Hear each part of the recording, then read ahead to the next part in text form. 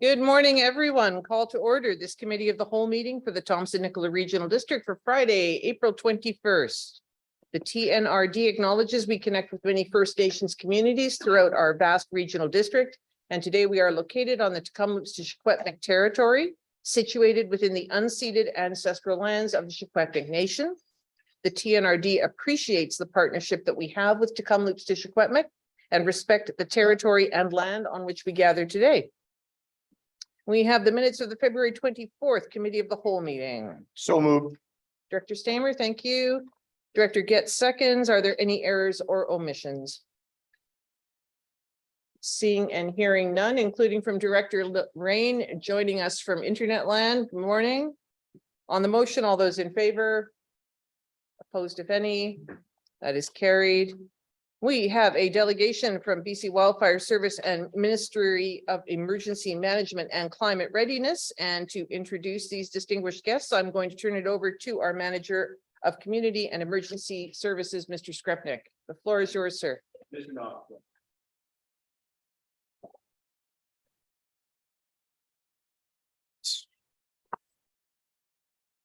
Well, good morning, everybody.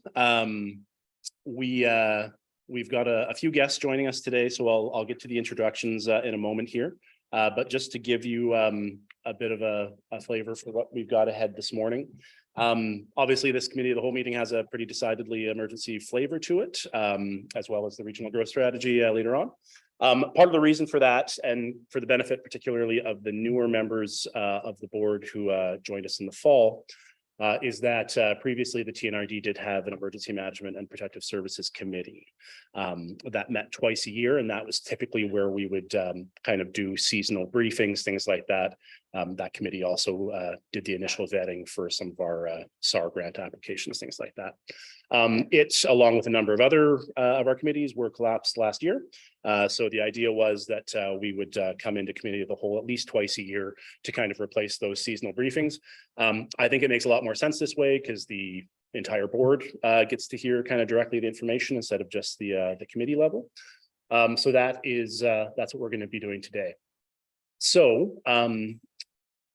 first off, we're going to have there were operational meetings that took place this week in person for the first time since COVID. So the province does host seasonal, basically regional preparedness workshops. So they took place this week on Wednesday here in Kamloops and in Penticton on Thursday. And that's an opportunity for the province, communities to get together, other response agencies, and basically talk about what's ahead for the season. So to somewhat kind of save on time and logistics, instead of inviting Environment Canada and the River Forecast Centre to come and do their own presentations, myself and Mr. Knopf have done a bit of a summary of what they had for us on Wednesday. But then in person, we've got Hugh Murdoch from the BC Wildfire Service. He's the wildfire officer for the Kamloops Fire Zone here, which does not cover the entire TNRD, but I'll let Hugh kind of speak to the boundaries therein. And then from Emergency Management and Climate Readiness, which formerly you might have known as EMBC, they have transitioned into their own ministry now. So EMCR is the new acronym we get to work with. And from EMCR, we had Andrew Morrison, who's the Senior Regional Manager for the Central region where we're located, as well as the Southeast region. And then following that delegation, we'll probably have an opportunity for Q&A with those folks. And then we do have a staff report as well that was included in your agenda. It is for information, but there's certainly some items in there that we want to discuss with the committee in terms of kind of what the road ahead looks like for the emergency program. And there's some proposed changes in there as well that we want to discuss. So with that, I think I'll turn it over to Mike, and he'll walk through some of the seasonal information we got from Wednesday. Thanks, Kevin. Good morning, everybody. So yeah, as Kevin had mentioned, we had the opportunity Wednesday to go to a session with Environment Canada, River Forecast, a bunch of other key players in emergency management, hosted by Emergency Management and Climate Readiness. So very quickly digesting a half-hour Environment Canada presentation into a slide. We had a pretty variable winter. December was pretty dry, not a lot of snow. That changed in January where snowpack started to build. February, again, it was reasonably cool with a lot of precipitation. April, we're back into a bit of a drying trend. There was a bit of an anomaly that we'll see when I go to the river forecast slide. A bit of a band of snow that ran through the Thompson-Nicola into the Kootenay boundary. So there are some elevated snowpacks that we saw this winter, mostly a very normal type of a winter. The provincial numbers, I think we'll see on the next slide here. Overall, the province snowpack 88%. So very normal. As in this, we have right in through there, the color codes, you see the Chilcotin down in through the lower Thompson into the Kootenay boundary. We have some elevated snowpack. So the weather systems came out of the north and they just sort of dumped down into a little bit of the province. So we do have some elevated snowpacks there that they have our attention, and we'll be working with the EMCR throughout the season just to monitor how those snowpacks come off. So currently, as of April 1st, traditionally we have about 95% of our snowpack. Still expect to accumulate snow through the rest of April, but spring is starting. I was looking at the weather forecasts this morning, and should be seeing some mid 25 type temperatures by the end of April. So yay, spring is starting, but it has been late. If you look at a lot of the gauges for the river systems, they're very low right now. So we are seeing a bit of a delayed uptick to Frechette. So that could cause some problems if it doesn't start to come off the mountain soon. But time will tell. It's, as everyone will always tell you, it's all really weather dependent. With the snowpacks that we have right now, we're not really anticipating major flooding in, the major systems, the north-south Thompson. River forecast is saying somewhere in a 1 in 10 year return is what they're expecting. So reasonable flows, but nothing that is, really terrifying or anything. So I think the big concern is for some of the smaller systems as Frechette gets delayed. We all know what spring can bring us in this part of the country if we hit really high temperatures. All that snow may come off at once. So we're going to be watching the weather and see how that happens throughout the course of the spring. Next slide here, some key terms and resources. And this is what, you're going to hear this a lot. So just some terms for you.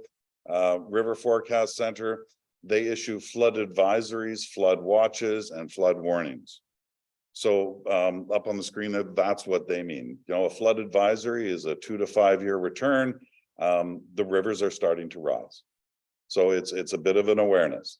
If you hear flood watch, that's generally a 5 to 10 year return period in those systems, and they're approaching bank full. If you hear a flood warning, that means we've hit bank full. We expect to go over bank full. This is a pretty alarming forecast or a warning from the River Forecast Center. Pay attention. This is when we really want to start looking at mitigations and flood protections. The next bullet there, it's a link to River Forecast's water supply and snow bulletin page. So if you're interested, there's some really good information there. They update at this point in the year every 2 weeks, and they give an up-to-date day by day or a forecast of what those snow conditions look like. In addition, you can get that overall map. So you get a good feel of where we are in Frechette. There's a bullet there for the Clever model. So during Frechette, River Forecast runs what they call their Clever model. Didn't have the link up there, my apologies. If you go to Google and type in River Forecast Center Clever model, you'll find it pretty quick. A word of caution. It is a model. It forecasts off into the future. They give you a graph of the previous conditions, which is always 100% bang on. They get that always. The forecast, as you get further into the future, gets less reliable. The error bars get bigger. So pay attention to the error bars, because the absolute worst case and the absolute best case scenario are on those graphs. And the absolute worst case can be really alarming. Take that with a grain of salt and understand that there is error. And particularly the farther forward you look, the greater that error gets. But it's really good information if you're looking to talk to residents. It gives you a really good indication on how those systems have responded, where they're going, and what they look at. So it's really good information, even if you're only looking at the last day or last couple of days. Gives you really good information on what that system's done. And the other link is a link to the water office federal site. Most of the systems, significant systems, have water gauges on them. So this is a map of the country. You can zoom in on BC, and the real-time water gauges are there. So you can see in real time the levels of the rivers or the systems that you're looking at. So a great piece of situational awareness, and it allows you to stay on top of what things are doing. So highly recommend that as a resource to, self-serve yourself some of that information. The last bullet, as always, even with low snowpacks, we can have a flood threat. It really depends on the weather we get going on into the spring. If we get rain on snow followed by heat, all of that water comes off at once. So it's all really dependent on how it comes off. And, that's what we'll be doing is, monitoring the snowpacks and freshet as it goes on. There's a lot of uncertainty on, flooding. There always is. So it's be prepared, be aware, understand your risks, and stay informed. And if there's any questions, happy to take them. Director Middleton? Mine is just going to be a question about, when did freshet become a term? What is this, just another word for spring? It's always been a term. Oh, okay. It's just that it's really become part of the common vernacular recently as people become more aware. Like atmospheric river has always been part of the technical terms. It's just that people never knew about it. And so it's getting more publicity. People are becoming much more aware of emergency management, and so we're starting to get a vocabulary. And I think maybe just a distinction to make is that the freshet flooding is specifically the snow melt driven flooding. So when we have weather driven events like what we had in November 2021, that wasn't freshet flooding, that was a rain system that overwhelmed. Freshet is specifically the snow melt impacting the rivers. Director Hamer Jackson? Yeah, I don't know if this is a question you can answer right now, but I live on the river in the North Thompson, and I was in front, just down from the Overlander Bridge, and there's some pilings that I've never seen, like ever. I'm wondering is the river do you know if this is like a low that's we haven't seen before, or how long, or that it's been this low? I asked River Forecast that. They said this is not the lowest the river has ever been. Yes, it's really low. I mean, I'm on the North Thompson too, and I walk dog down there, and yeah, I'm seeing pilings under the bridge that I've never seen. Debris that's been buried for years, and it is really quite shock and awe how low the river is. But Jepta Ball, who works for water stewardship, really knowledgeable, experienced individual, says this is not the first time you've been able to walk to Rabbit Island, right? I mean, it's bigger, and the bigger sandbars than we're used to seeing. It's not critically low. It is very, very low. Talking with some of these individuals, for a major flood, that really isn't a huge impact. the lake will fill up in a real big hurry. And so, you know, it buys you like a couple days if there's a really significant flood. So, well, we'll expect to see the North Thompson running. It'll be bank full here before Frechette, count on it. Thank you. Director Saab? Thank you, Madam Chair. I'm not sure, it's a bit off the forecast topic, but do we have a general guideline for like the board of directors for areas? Say certain conditions would trigger what sort of resources is available to areas? For example, if we reach, you know, flood warning, does that mean sandbags will be available at the, you know, the nearby community muster point or fire department? Yeah, so generally speaking, we do wait for an advisor, and there's no clear cut yes, no answer. It's really a combination of what is the threat, what is the existing snowpack. So if there's a big snowpack and some sort of a rain event, then we may be deploying sand and sandbags outside of an advisory, or we'll use an advisory in conjunction with a big snowpack to determine the threat that this is the right time to do it. So it's really a risk-based decision. But traditionally it is warnings issued by River Forecast is one of the big triggers. And part of the calculus there too is around the funding. So we have a fairly healthy supply of sandbag shells, you know, probably 10,000-15,000 down at Mission Flats. The more costly aspect of it is the sand itself. So if we are going to be getting that money supplied through the province, we have to kind of make a case for there being a level of imminent risk for them to fund us with that. We don't really have a budget internally to do that proactively. There is we do have a flood management policy that was updated actually just in 2021 that does enunciate some of that. But yeah, it is a bit of a kind of a give and take in terms of where the forecast is going. But certainly last year we had sandbags deployed in a number of areas up the North Thompson, Blackpool, Birch Island, and then on the south as well. And then there were also some very real potential in Savanaw as well. So we did some pretty significant works there too. Yeah. Director Getz? Well, thank you for your presentation, Mike. Just a question. We talk about snowpack levels at 95%, 88%. What, and people often ask me this, what percentage will we be at where if the sun decides to collide with the earth and it melts everything all at once, we don't have to worry anymore? So I'm just wondering what that percentage number is, or do you know? Well, and the percentage number is, it can be really misleading. So, you know, now April-ish, 88% of normal gives you some sort of idea that's got some meaning to it.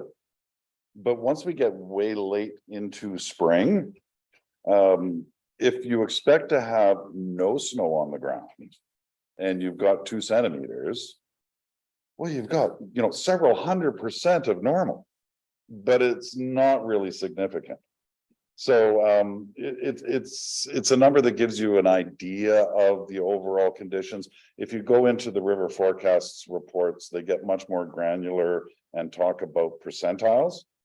And that mathematically gives you a little more meaning on where you are based on history. So it's just the first blush kind of indication on how much snow is out there. And really the April snowpack numbers are probably the most meaningful. Director Sarai? Thank you, Madam Chair. Just a question. In the past, there's been some concerns of permits to water levels low right now to clear the debris, especially under bridges and vital points. Is the ministry fast tracking those permits in the last few years to help clean that debris so it's not a problem later? I can't really speak to the ministry's permitting process to do works in and about a stream. If it's an active flood threat, then we can work through EMCR in the ministry to mitigate immediate threats.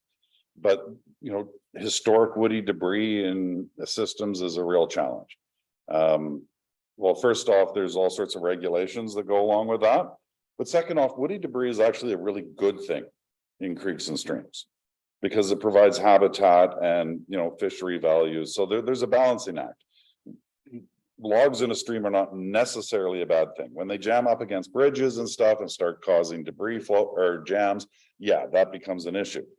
So there's a real balancing act there on what should and should not come out of the system.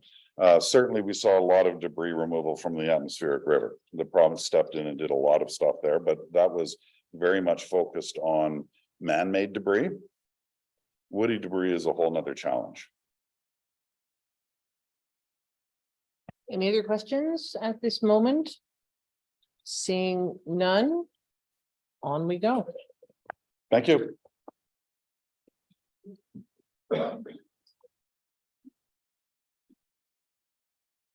Good morning, everyone. Hugh Murdoch with the BC Wildfire Service. A bit of an annual visit, but this seems like a bit of a twist. Ticket prices must have dropped because there's a lot more people here than previous years. I appreciate that, though. It's good. I welcome the opportunity to have an audience to talk about all things wildfire. What I'm most interested in are your questions. That said, I'll give a bit of an introduction to myself, a super quick snapshot on the year that was, and then pull out the crystal ball that sometimes is accurate and sometimes isn't so good, and just changes that BC Wildfire Services is in line for. So born in Kamloops many years ago, over 30 years ago, I started fighting fires, wrote my sister a letter because that's what you did back then, saying, it's a really cool job, but I should probably try something different next year. And clearly I didn't because I like it so much. I'm the wildfire officer working out of the base at the Kamloops Airport, responsible for a geographic that captures roughly all of Wellsgrave Park at the north, down as far south, just south of Logan Lake, west of Spence's Bridge a bit, and then east to Adams Lake Chase. I'm also one of 6 incident commanders running incident management teams in the province. So a lot of the time I'm not actually here unless I'm working on large fires in the area. One of the luxuries of working and living in Kamloops is that it attracts a lot of good people. We've got very experienced people within my office working.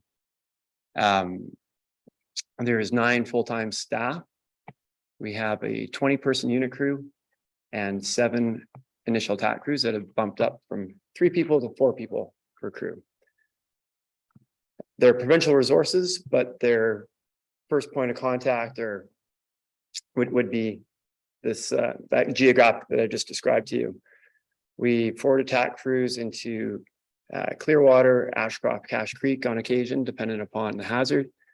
And just recognize also, like the rest of the province, we import and export resources as needed based on the hazard. So last year, in comparison to previous years, nothing terribly exceptional. We all lived it. We all saw it. We're quick to say we had a really successful year, and we did. And there was a number of reasons. The efforts of firefighters, the efforts of the contractors, equipment operators, pilots, Mother Nature also played a big role. You might recall we had quite a wet, dreary spring and early summer. We had some really hot weather later into July and had a lot of lightning. Typically, the province sees 50% of their fire starts being lightning caused. That sounds like a nice round number just to throw it out. Oh yeah, 50%. It really is about 50% of the fires. This past year, 67% of our starts were lightning caused, which is a big jump. Prevention might say, hey, we're doing a great job of preventing person-caused fires. The weather conditions did not facilitate person-caused fire starts for much of the calendar year. Also, some of the success that we had was a result of that wetter spring. So flat grounds, higher elevations, they had a lot of green up, a lot of fuels that didn't dry out till very late in the year. So they just weren't vulnerable to burning. So it was, quite frankly, it made the efforts of firefighting a little bit easier. So. We also got busy later in the year, which there's a benefit to that too, and that the days get a little shorter, nights are a little longer. So that overnight recovery period that we have was more so on our side. Can't promise you any of that next year at all. So, changes for this upcoming fire season. I mentioned a switch from 3-person to 4-person initial attack crews. That is quite significant when extrapolated across the province.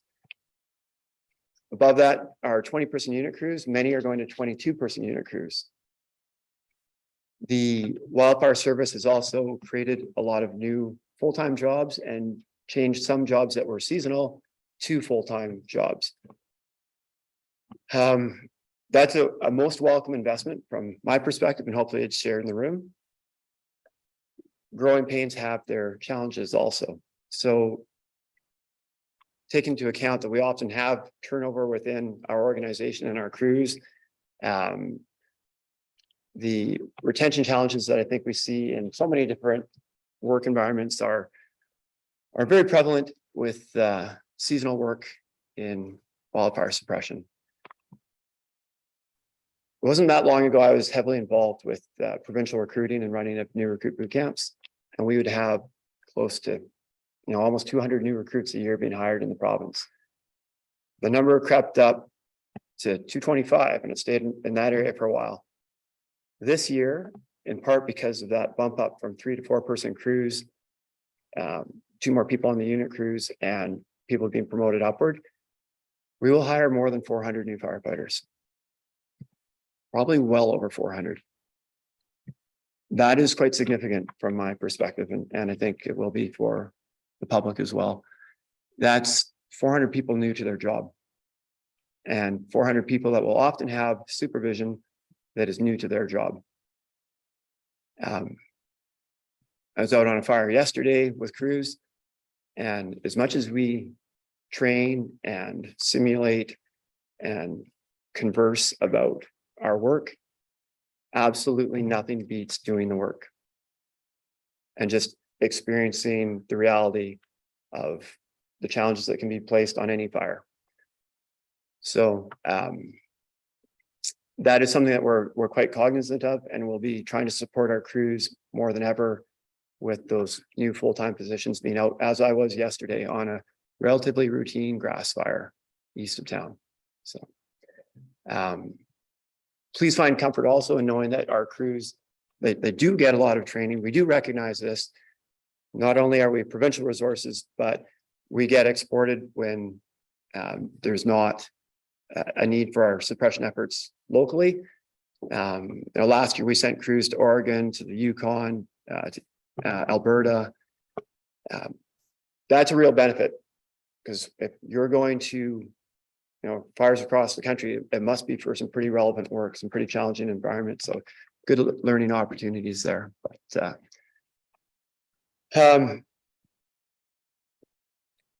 would also suggest too that in the southern part of the province, these conditions that I talk about from the employment side of things are not as significant as they are in the north for a variety of reasons. And when I say north, I'm looking at the province as a whole, but we have challenges with recruitment tied to remoteness, weather, housing costs.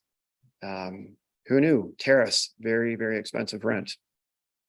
Not a lot of fires. So different parts of the province is employing different strategies to address these.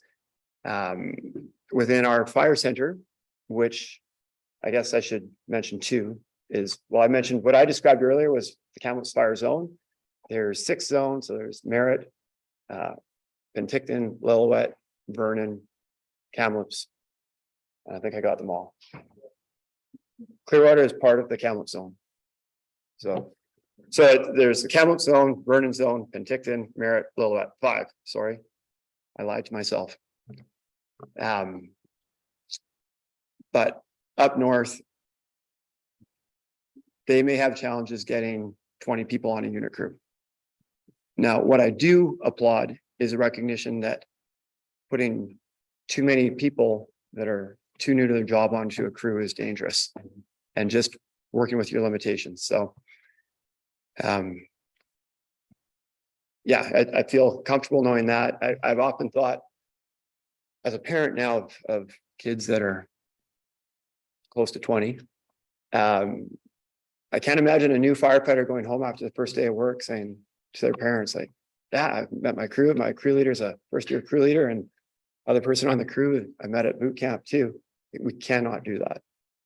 So, and I appreciate that folks up in the northern part of the province recognize that also. So, another big change within BC Wildfire, and perhaps people in the room have heard about it already.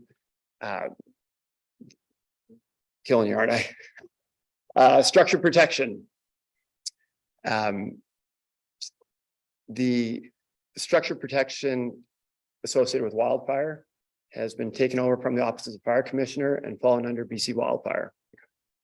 So there is a very significant uptick in what we call structure protection specialists that work with crews that are fighting fire around a more urban or urban rural environment, structure fires, that sort of thing, with training specific to the hazards that are in that environment, geared up with the resources for that. So they're not climbing the mountains. They're in the backyards, on the rooftops, literally. Those efforts. I welcome this change. The province spends an awful lot of money on these resources, and they have to be used efficiently because they are limited. And what they're protecting is obviously super important. And then there's a recognition that, we talk about urban sprawl. There's a rural sprawl that I'm sure many of you are aware of now too, where you may not see your neighbor, but you know exactly where your neighbor is, and they're not that far away. And when it comes to fighting fires, all of a sudden, what used to be just the odd dot in a map for homes or private property, there's a lot more of those dots. There's a lot more on the landscape now than there was when I started this in this career. So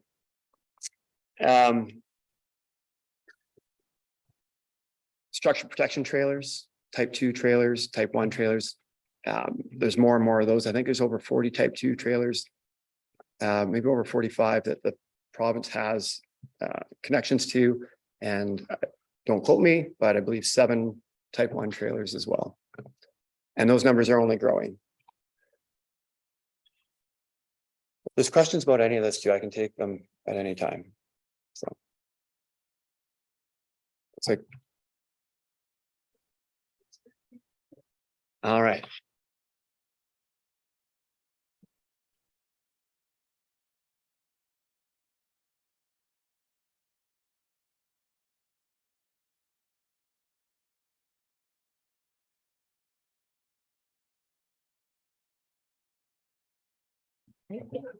Would you like to hold the questions till the end? Let Mr. Murdoch continue right now, or? I'm fine either way. All right, well, we'll take a couple of questions. Director Hammer Jackson first. Mine isn't a question, but it's a couple of days ago, I believe that all of Kamloops really appreciated you showing up and being very instrumental in a fire that we had on the west end of town. And I believe that with your assistance, we possibly saved quite a few structures. So I'd just like to thank you on your presence there. Okay, I'm going to take an opportunity to stay on my soapbox then. Thanks. I was on site. I know you're talking about the crews that were on site, really, the ones that are up and down the hill with the tools. And we've got a great relationship with Kamloops Fire and Rescue and other fire departments throughout the zone of the province. Please understand that that fire could have been very, very different. Very, very different with any kind of wind. The number of homes that were vulnerable up of West Seymour, West St. Paul, Connaught, Strathcona, that would be asking an awful lot of one fire department to to do. That's slope fuel loading, hot, dry ground. Wasn't hot on the day, but it was bone dry. And that story can be told in many, many locations in many of your communities. It's interesting too, that areas that were not considered in the past vulnerable to ignitions are now very much in play. Fire departments all over the map are experiencing this, and the wildfire service works with those fire departments, and our workload will be changing as well. The supplemental, I was up there when you were up there, but I'm wondering if there's any way, there's a lot more fuel there that you guys stopped that was going to the east. Yeah. And there's a huge amount of fuel there that you put out, but I'm wondering if there's any way of mitigating any future damage there with that brush. There is, and I think it just, when you saw how much water Counts Fire and Rescue put down over a short period of time, and their ability to deliver it accurately, I would be comfortable with the appropriate amount of planning and resources allocated to locations like that. This is my educated opinion, in supporting that type of work to remove or reduce the hazard by putting fire back in the landscape in a controlled, planned, communicated manner, recognizing that there will always be resistance to that from some folk, or often tied to air quality, which I also appreciate. We're just downwind of a hospital.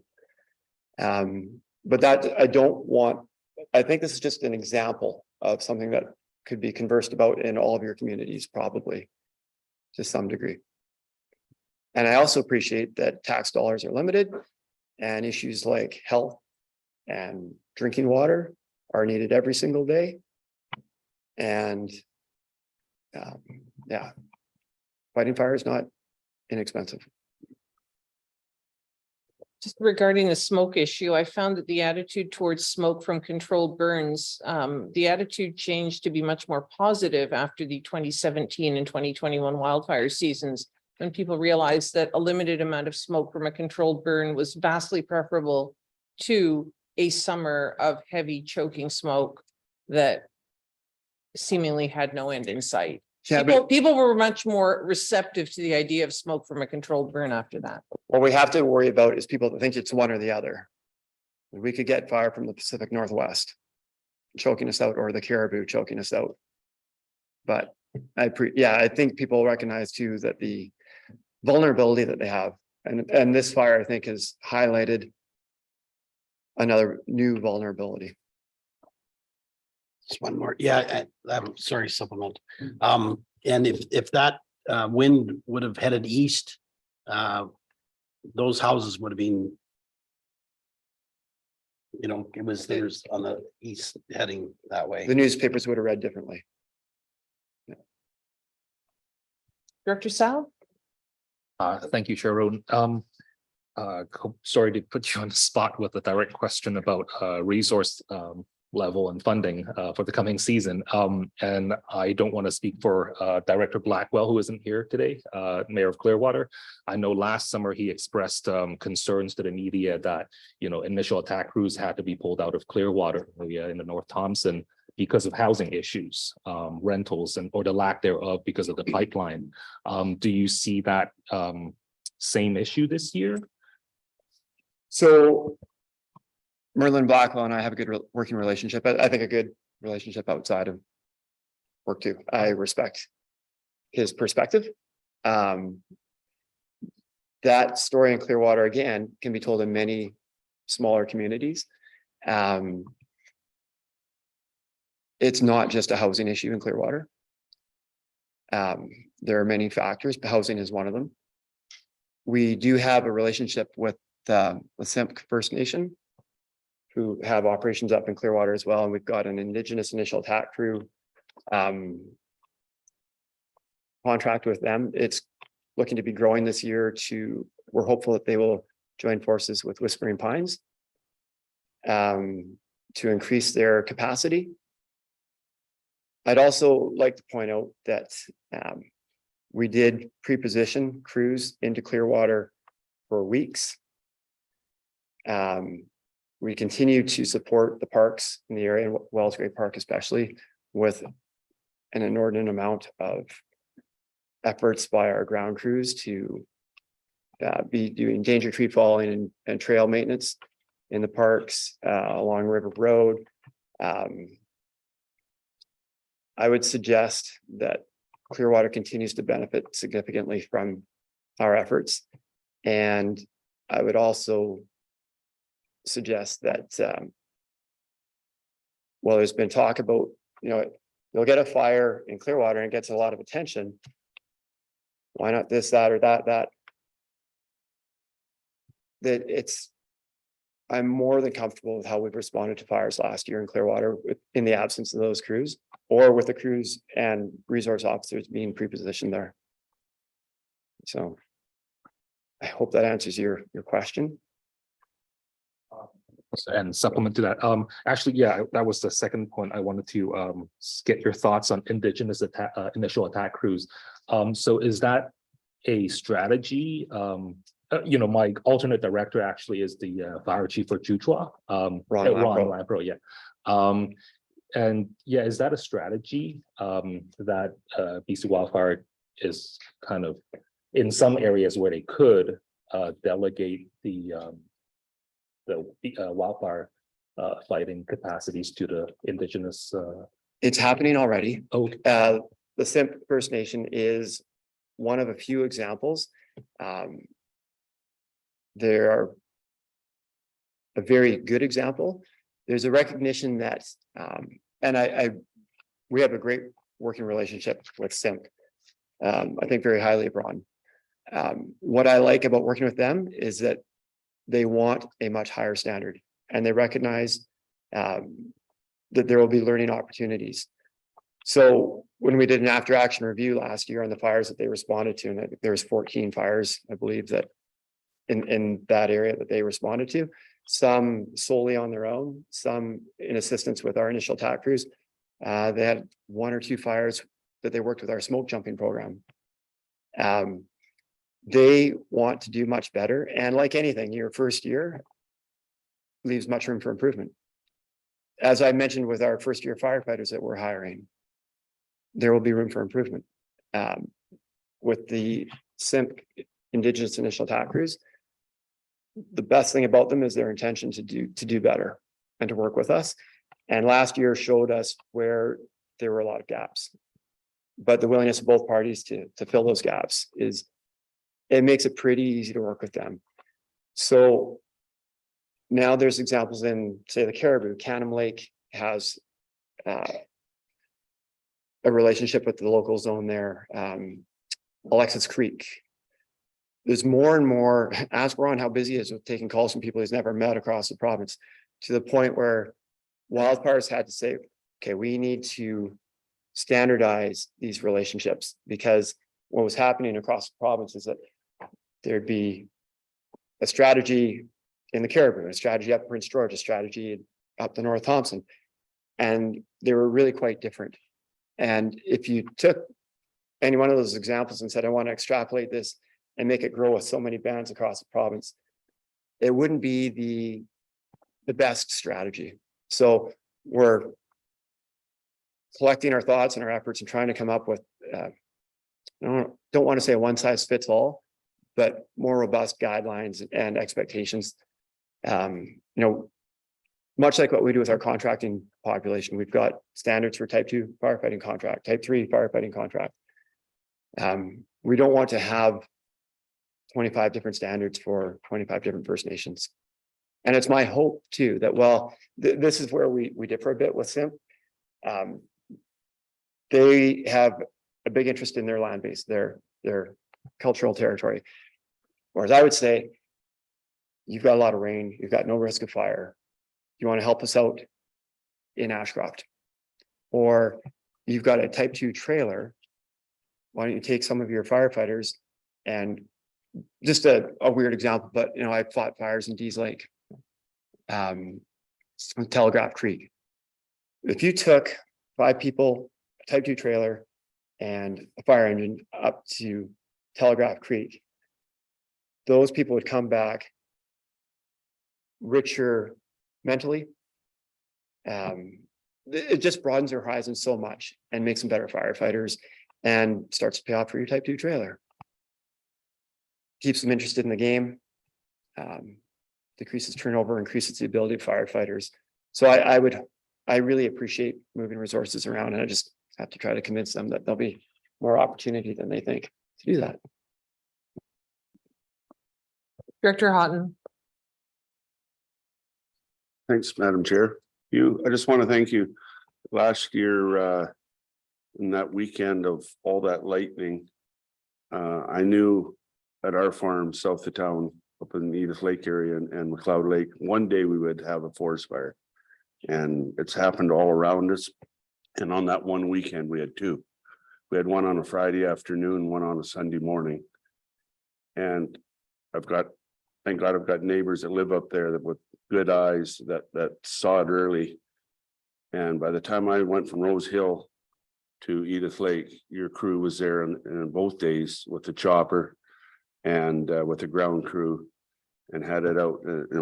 Granted, the forest floor was wet, but with the right wind and the right conditions, that fire could have gone right through to Long Lake and taken out everybody. But I just want to commend you for those. You were right there before I could get there from Rose Hill, and you stayed there till it was out. And I know you and I and Kevin Boone have talked at count stock meetings.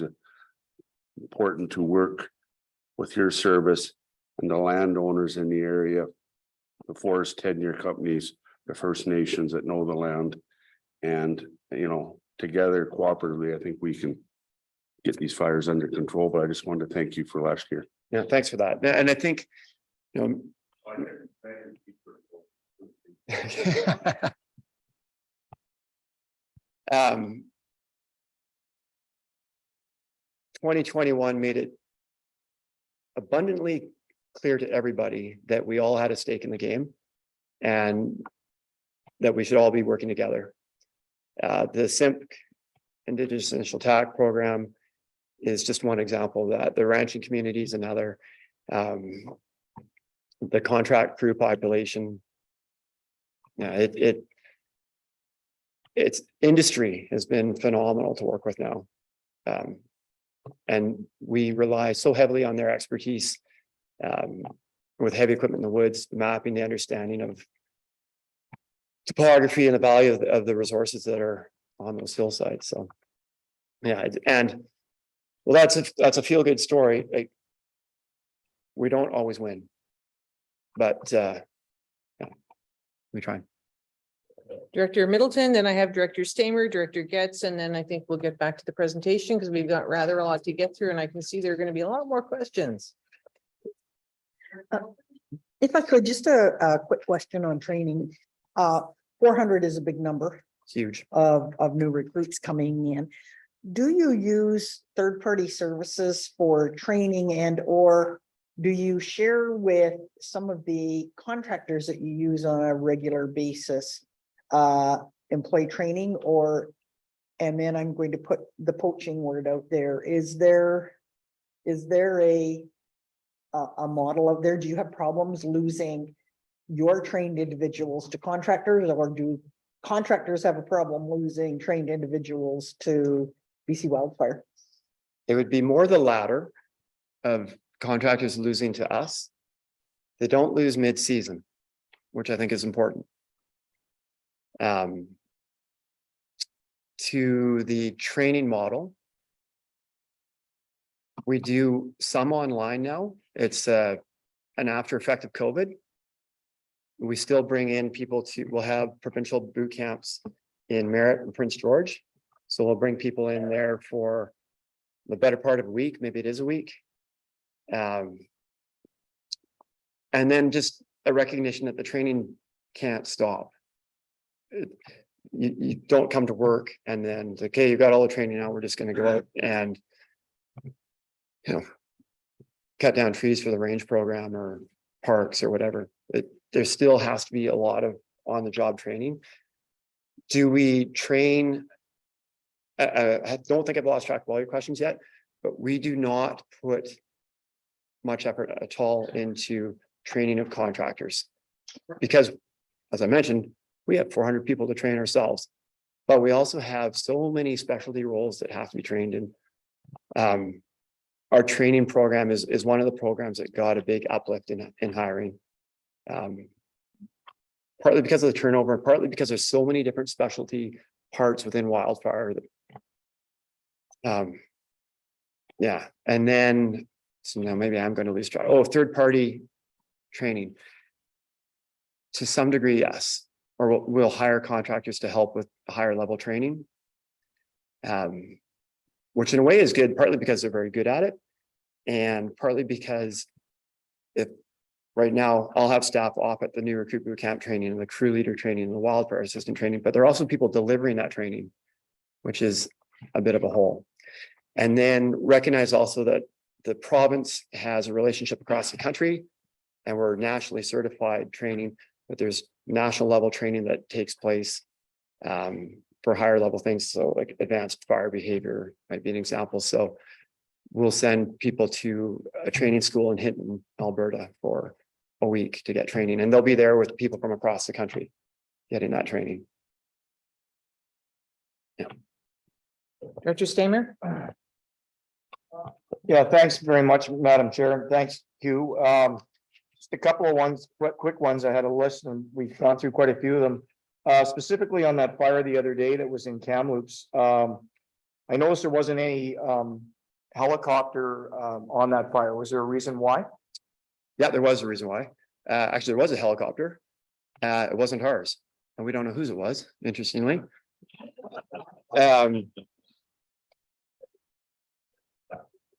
We readied a helicopter. I left the Sandman Center and hit no red lights between here and 436 Strathcona Terrace and made the decision that we did not need air resources. But they were, we initiated that as we did yesterday for a fire at Nisconlith, as we did last week for another fire at Nisconlith. But while we're talking about air resources, the province does not own planes or helicopters. They're contracted out. They are a very expensive resource. They're often beneficial, obviously. I think sometimes a false sense of security from air resources. But they are very expensive insurance. We don't have them on in multiple locations right now.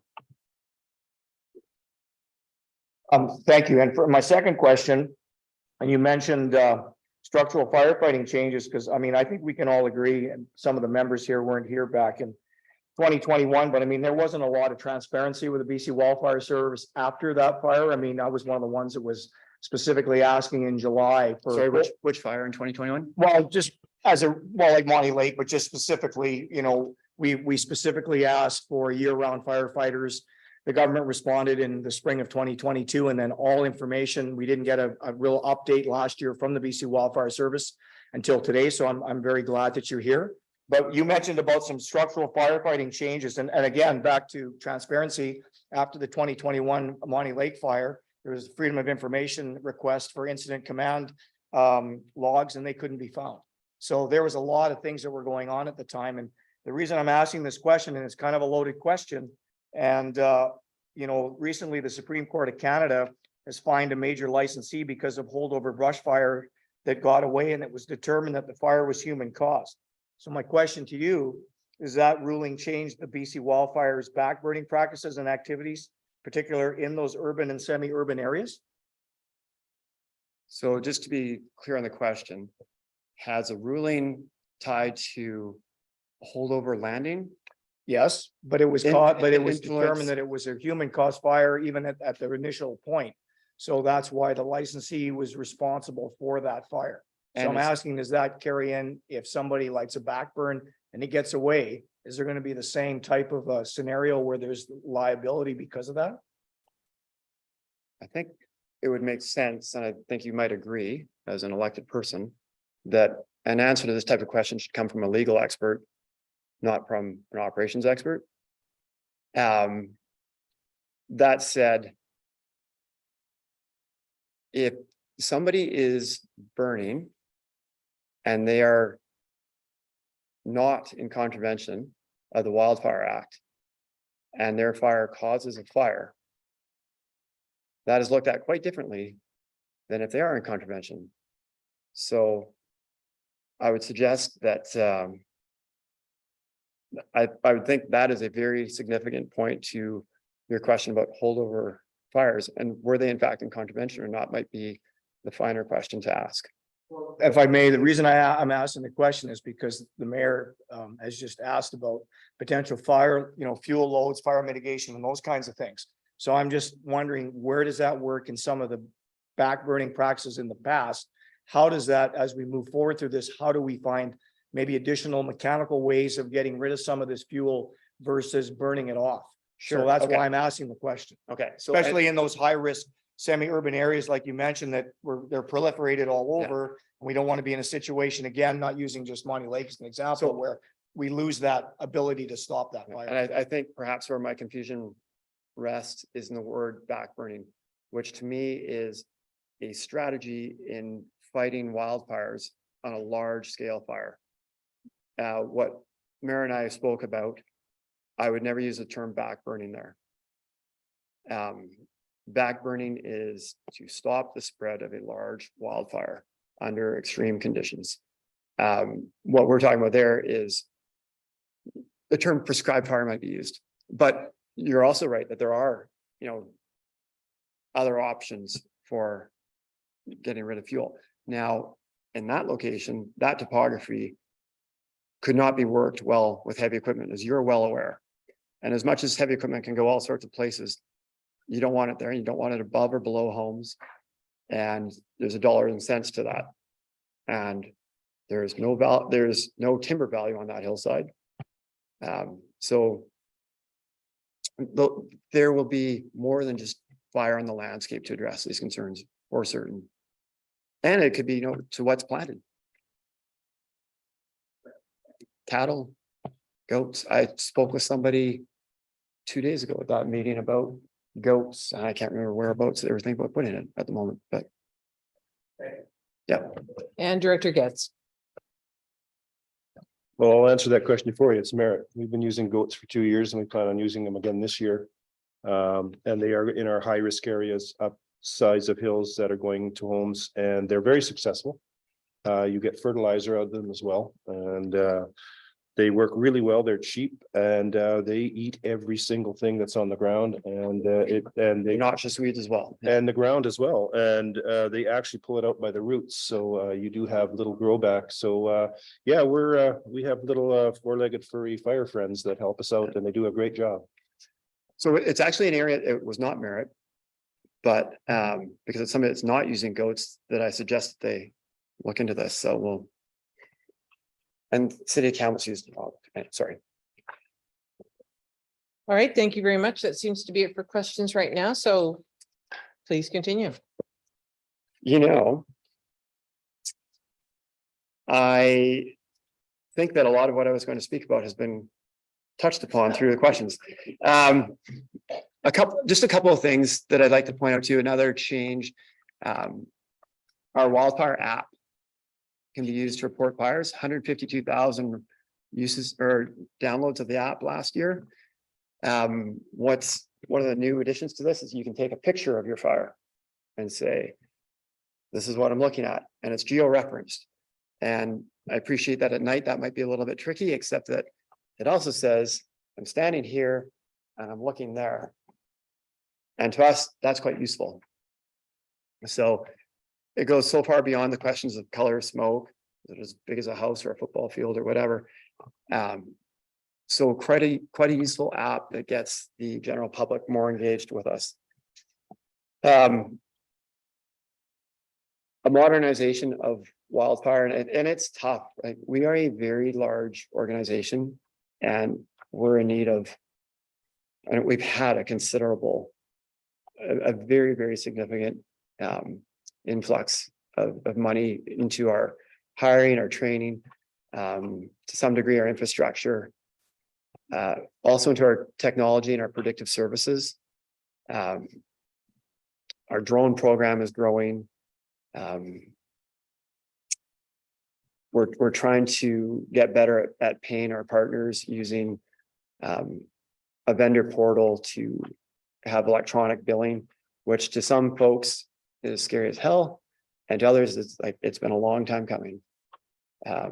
So we'll continue to try and work with our partners in a variety of different ways. So, and I guess if there's no other questions, and maybe there is. Are Yeah. there, I just had one, you mentioned drones, and I was just going to say, how much of an issue are private drones? And what can you do to reinforce that message that people should not be flying them around active fire sites and to get them out of the skies? Yeah, I think that the messaging continues to be delivered.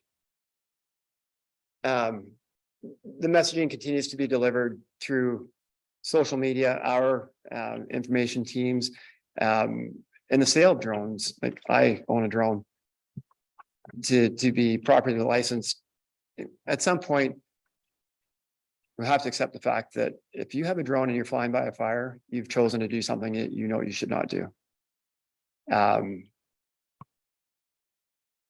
It happens on occasion. It's quite rare. What will get a little bit complicated is we use drones more and more. People are gonna think, hey, there's drones on that fire. It's like, yeah, that could be us. So, did that answer your question? And Director Stamer, I believe you had a brief question. Yeah, thanks very Anyone much. else? Thanks One very last- much, Madam Chair. Yeah, that's great news, Hugh, because we know the technology is evolving and it's especially when you're mapping out things and trying to look at where the fire is progressing.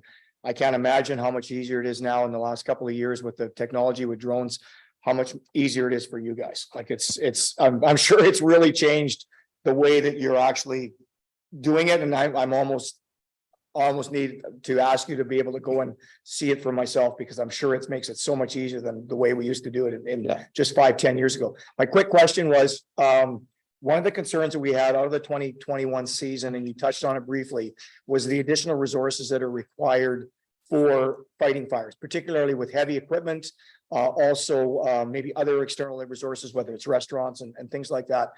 There seemed to be a considerable challenge on the way the pay structure was for getting money back on services that were rendered. And I don't know if you're familiar with that, but there were some ideas that we had thrown out to the BC Wildfire Service to possibly have, opportunities to maybe front money and then, make like 50% up or for to be able to pay your fuel and wages and then get the other 50% after 90 days. Do you know if there's been any movement in the 2022 season from what happened in 2021 and going forward, and how that you talked about changes in technology and making, instead of having those daily shits that we had to fill out, is there improvements to that as well? So there's been a lot of improvement for the heavy equipment operator side of things. In part because of technology, in part because of better staffing, in part because of streamlining process. What I'm not certain of, and where I think there's probably still room for improvement, is the mom and pop bakery, the pizza shop in Barrier, that like we can hit them hard. They all say, hey, can you provide pizzas for 94 people and a bag of lunch? And they just want to say yes and find a way to get it done. That I think is something that can be through a very quick relationship and acknowledgement of it. I think just knowing the partners now better and having the conversation being had, I think there's a real way to do it. And I just think about the perspective of my own incident management team. Yeah, we can facilitate things quicker. Can you offer me the opportunity to bring that back to your organization and find that out? Because the challenges was not just the volume of food that was required in a specific incident, was getting paid timely so that you could pay your suppliers. And that was brought up from the previous mayor of Merritt, that it was a significant challenge for those businesses. So can you find out if there has been some changes to that? Because I know it was a significant hardship during the 2021 season. And like I said, we didn't get an update last year on it and some of these things that we asked for. Can you find out if those were made so that going forward, if all of a sudden you have a significant incident, you're going to be asking for local resources, that business knows that they will get paid on time and they're not going to have to wait 6 months to get paid. Yeah. That's all I'm asking. Yeah. All right, thank you very much, Mr. Murdoch. And do you have cards or contact information that you can leave, or would you prefer not to? That's No. entirely up to you. I have a card. My cards say Kevin Skrupnik. Yeah, no, I will leave cards with Kevin and he'll share my communication or my contact information with you all. Because that's a key ingredient to a successful year. And I don't see it as just like maybe the year is the right word, not just a fire season. Like my dad had such a hard time figuring out what I did in the wintertime. Like, just drove me nuts. It's like, I don't know, like what's a lawyer do when they're not in court? They probably get ready for court. So we're busy getting ready when we're not on the fire line. But it's meetings like this and relationships like this so that when there is smoke on that hillside or communities in any direction, that we're not meeting for the first time, that you have some understanding of the challenges that we have and that you should not expect perfection. What you should expect is our best effort and a coordinated effort. And just, I would also in turn ask that you appreciate that people fighting the fires also want to do their best and want to have an impact. And, you know, it's kind of like the restaurant world, right? You have a lousy meal, you tell 10 people, you have a good meal and you tell one person. Part of the reason why we have turnover is because a lot of our jobs are not fun. They're not enjoyable, and they work so many other places for so many different reasons. So the support from leadership, and this room is full of leaders, is required. So I'll ask and thank you for that in advance. And in turn, I'll just tell you that we'll be doing our best too. So thanks for the time. Thank you very much. Next, we have Mr. Andrew Morrison from the new acronym EMCR. The new acronym EMCR. Thank you. So just as mentioned, Andrew Morrison, I'm the Senior Regional Manager for the Ministry of Emergency Management and Climate Readiness. Some jokingly refer to the band formerly known as EMBC.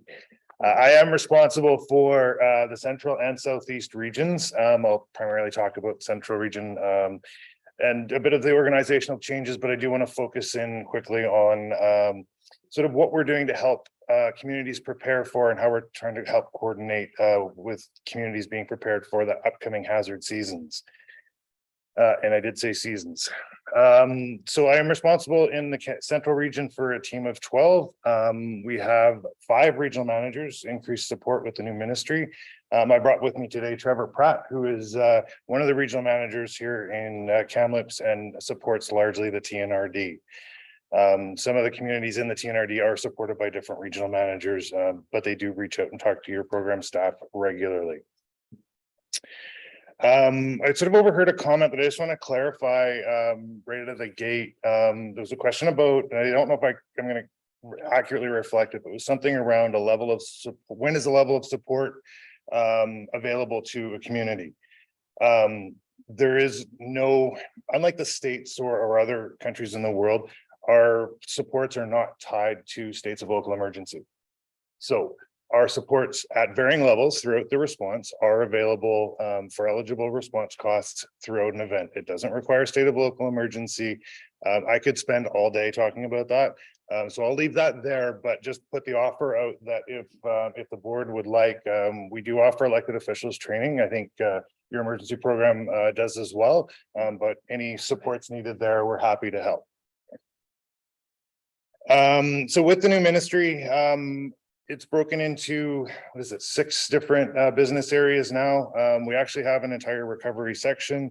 Some of this is as a result of moving to the new ministry. Some of these changes were in place in advance of moving to a new ministry, just given the volume and frequency of responses that we've all seen over recent years. So just to highlight the sections, we do have a recovery section, disaster mitigation section, our strategic partnerships that helps with our agreements to support First Nation communities, but also some of our other partnerships we have with other neighboring provinces and states. We have our regional operations branch, which is what we're a part of, corporate services, and our policy and legislation team. So I mentioned policy and ledge. I'll jump right into sort of probably a burning question. We were recently informed that the emergency management legislation update that was scheduled to be tabled in the spring is now going to be tabled in the fall. This is as a result of feedback from communities that they wanted a more opportunity, to be able to understand how the changes would impact their emergency programs and their supports. So primarily I just want to build on what Mr. Knopf presented. One of our primary roles is to help coordinate information. So we monitor all the hazards all year round. We started monitoring for freshet in January. We watch the snowpacks, we watch how the systems are building, we watch what's happening within the river systems. I do want to reinforce something that freshet is not solely dependent on snow. Flooding can happen at any time of year for a variety of reasons. We've seen a number of events in this region where it's a thunderstorm that parks over the wrong spot for too long. It could be a system-wide event. We could have cold lows. So there's lots of causes for it. So the biggest thing is to be prepared. So we do, both in the spring and the fall, we do a solicitation and offer sandbags to communities. We've actually recently been working with one of the member communities in the TNRD actually to deploy some flood assets because they have a known risk. They're at one of those areas that has a higher snowpack. So we've already, in advance of any of the snow starting to melt, we've already started moving those assets into place.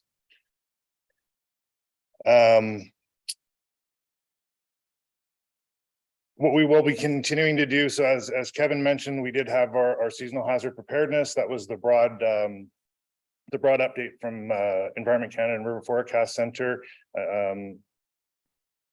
As the season now progresses, we actually work with technical coordination calls. So I believe the mayors and chairs actually get invited to a number of different briefings with either the Ministry of Emergency Management and Climate Readiness or Municipal Affairs to get similar type of updates throughout the season. I don't think they've started yet, but anticipate that they will come. But we do that on the technical staff level as well. So as soon as we start to see the snow moving or the rains start, we will have those coordination calls to help educate and understand what actions need to be taken. We do the same for wildfire. We're already paying attention to wildfire. We've already had a number of meetings with wildfire. They were part of our hazard preparedness. As Hugh mentioned, we've already had a few fires. We're really watching to see what happens with the May and June rains, and this is that balancing act. We do want to see some rain in May and June, not too much. So we really keep an eye on that to see how that progresses and potentially will impact the fire season. Usually by May or June, we actually have a sense is the right word of what the fire season might look like in terms of conditions. So we'll hold those technical coordination calls as well. And that's usually part of those mayors and chairs updates as well. We've been working hard with communities and the TNRD especially has been helpful in this space, the program staff. We're trying to align our evacuation orders and alerts, working with nations and local governments to make sure that there's a common understanding of how those alerts and orders are going to impact other communities or neighbors. We've already had the chance this year to operate that once. We've knocked the rest off and we're ready to go should those be required in the future. The other hazard is that we're keeping an eye on is drought. As pretty much everyone here knows, we did not get a lot of rain last year. We got a really quick freeze. So any rain that did fall late in the season didn't absorb into the ground.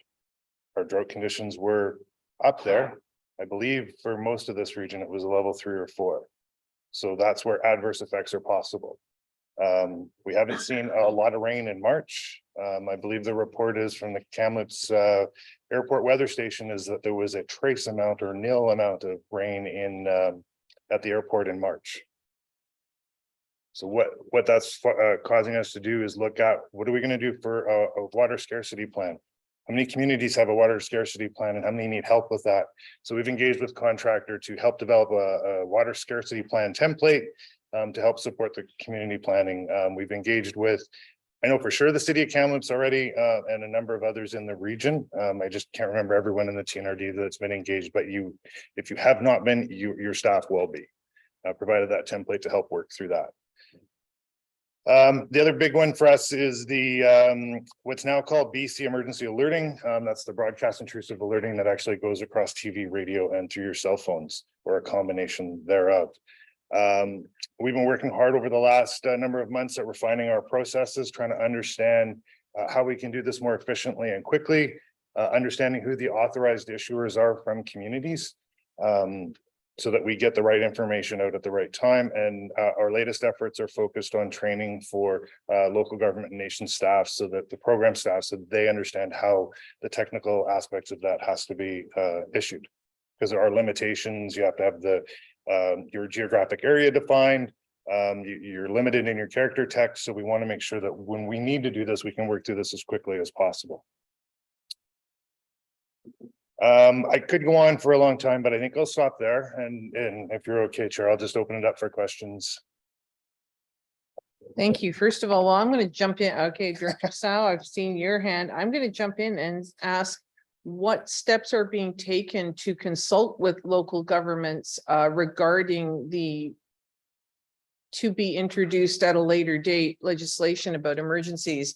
I know I have heard lots of dribs and drabs and little bits and pieces about what is in there, but when are we going to be able to see the full legislation and then provide some meaningful feedback about how to see, first of all, how this is going to impact us, and then provide meaningful feedback? What sort of process is going to be in place for that?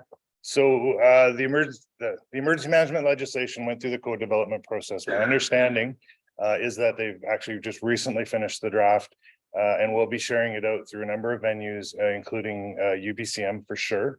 They are also working on a technical paper for program staff to be able to review and understand the impacts. As to answer your question about when you'll see the specific legislation, I don't know. This information sort of is late, and I do not have all the details. So as soon as I get more information, if it's okay, I'll pass it through the emergency program staff. So I do have Director Sal, Director Thorpe, Director Houghton. So go ahead, Director Sal. Thank you, Madam Chair. I know we've just had a very, lengthy meeting with a lot of different departments. I just want to clarify, in the event of emergency like wildfire or flood, is the chain of communication, do we still, as a TNRD area rep, go through Mr. Skrepnik? In order to avoid confusion, do I contact you? Do I contact? Yeah. No, better to always go through the TNRD's emergency program. If there was a reason you couldn't reach them, then yes, we can support. But their local government is always the lead. Both the TNRD and the communities that are represented here in the room, always the lead. The province is here to support. It's only in the scenario of the catastrophic earthquake where the province takes the lead. Otherwise, the province is in support of the actions and needs of the local government. If you need help with coordination and technical information, we can help plug you in with the right resource there. If you need financial resources, physical assets to like the flood, the sandbags, the gabions, our role is primarily to support the community's efforts. Thank you. Director Thorpe. Thank you, Chair. My question is around evacuation routes. My understanding right now is that EMCR that Excuse me, Director Thorpe, would you be able to speak more into your microphone? 'Cause sorry. It's hard to hear you. My understanding with EMCR is that when an alert is issued, then they look at the emergency route and see if there is some updates that need to be done so that people can get out that way. My concern is that can we maybe start looking at emergency routes prior to an alert, because in this area, as I think most of us know, sometimes by the time an alert is issued, it's actually an order and people are going to get trapped. And I'm worried that somebody is going to die either from flooding or more likely from fire because they can't get out in an emergency situation. So my question is what is EMCR doing to address that, please? So as I mentioned, we're a supportive agency and a coordinating agency. So we are working with our partners at the Ministry of Transportation and the Ministry of Forests to look at what can be done for some of these different routes. Because each different route has different service levels throughout, and understanding where improvements can be made. I can't give you a specific answer beyond that, but I do understand the TNRD is working on, I don't want to speak for you, Kevin. Do you want to address that? Yeah, so the board actually just yesterday did approve or endorse our grant application to UBCM. Now, that was specifically around evacuation route planning. And that's certainly an area where there's improvements to be made. Of course, the issue is being TNRD doesn't actually own or maintain any of these roads. To Andrew's point, that's either Ministry of Transportation or Ministry of Forests. So I think what we are looking to do, Andrew, and I don't want to speak on your behalf, but look at trying to get some coordination together this spring in terms of getting all of those groups into the same room and looking at what options there might be. And then if we are successful in getting that grant, trying to get some of these plans updated, start to look at if we have a plan, identifying a route that can lay out timing and where the challenges might be, that's going to be a greater business case when we go to the province, whether it's Ministry of Forests or Ministry of Transportation, in terms of trying to lobby to get some improvements done on those routes. Yeah. Director Houghton.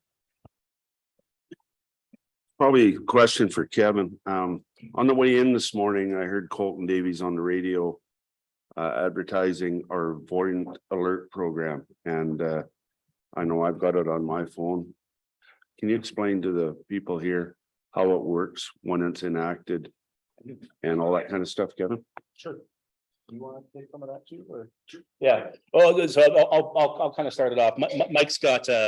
Mike's been a lot more in the kind of in the weeds on it, but generally speaking, yeah. So there was a joint release that went out this week from Thompson-Nicola, the city, and ourselves. All three of us do use Voyant Alert. So maybe a distinction to make is the province has a system called Alert Ready. Now that's the one that gets tested a few times a year and everybody's phone goes wild at 1:55 in the afternoon. And those are push alerts. So the province has the ability, whether you like it or not, that those alerts go to your phone. You don't sign up for them. They're kind of a one-way stream from the province. Up until recently, those have only been used in BC for in instances of tsunamis or earthquakes and as Amber Alerts as well. Technically, they can use for tornado warnings. We don't have many of those in BC, thankfully. That's the last thing we need to add to our list. Our system, so Voyant Alert, is a subscription-based system.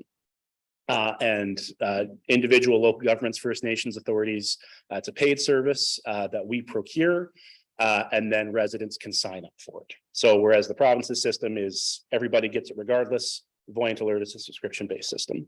Now, thankfully, in the interior, and particularly in TNRD, just about everyone, to my knowledge, has gone with Voyant Alert. There's different providers. There's another one called Alertable that, for whatever reason, is a bit more popular in the Lower Mainland. So it's worked quite well because so many of the jurisdictions in our area, First Nations, municipalities, and ourselves are all using that same system. So Tumlips, ourselves in the city, have a tripartite kind of emergency management committee that meets bi-weekly. The province sits on that as well. So that release was sort of planned through that group to encourage people to sign up for it. We use that for emergency situations. It is also used by our utility department in our water service areas, if there needs to be a boil water notice, things like that. And then maybe I'll just switch it over to Mike in terms of how the system actually works, because there's some eccentricities in terms of because there's different areas that have subscribed to it in terms of where you've put your pins and where your locations are, stuff like that. So yeah, as Kevin mentioned, it is a subscribed service for the users. So ultimately, if you go and install Voyant, you can put a pin on the map that enables an alert to be received if there's one issued for that geographic. So myself, I've got a pin on the map for pretty much every community that is a Voyant user. So when anything happens around us and one of the communities issues an alert, my phone goes beat-a-lee-a-lee. You know, my place at the lake, I put a pin on the map there just so it goes beat-a-lee-a-lee. So it's really the subscription piece is the critical bit. So when we have and we use the tool to disseminate alerts and orders. So the great thing about Voyant is it's a known source of communication.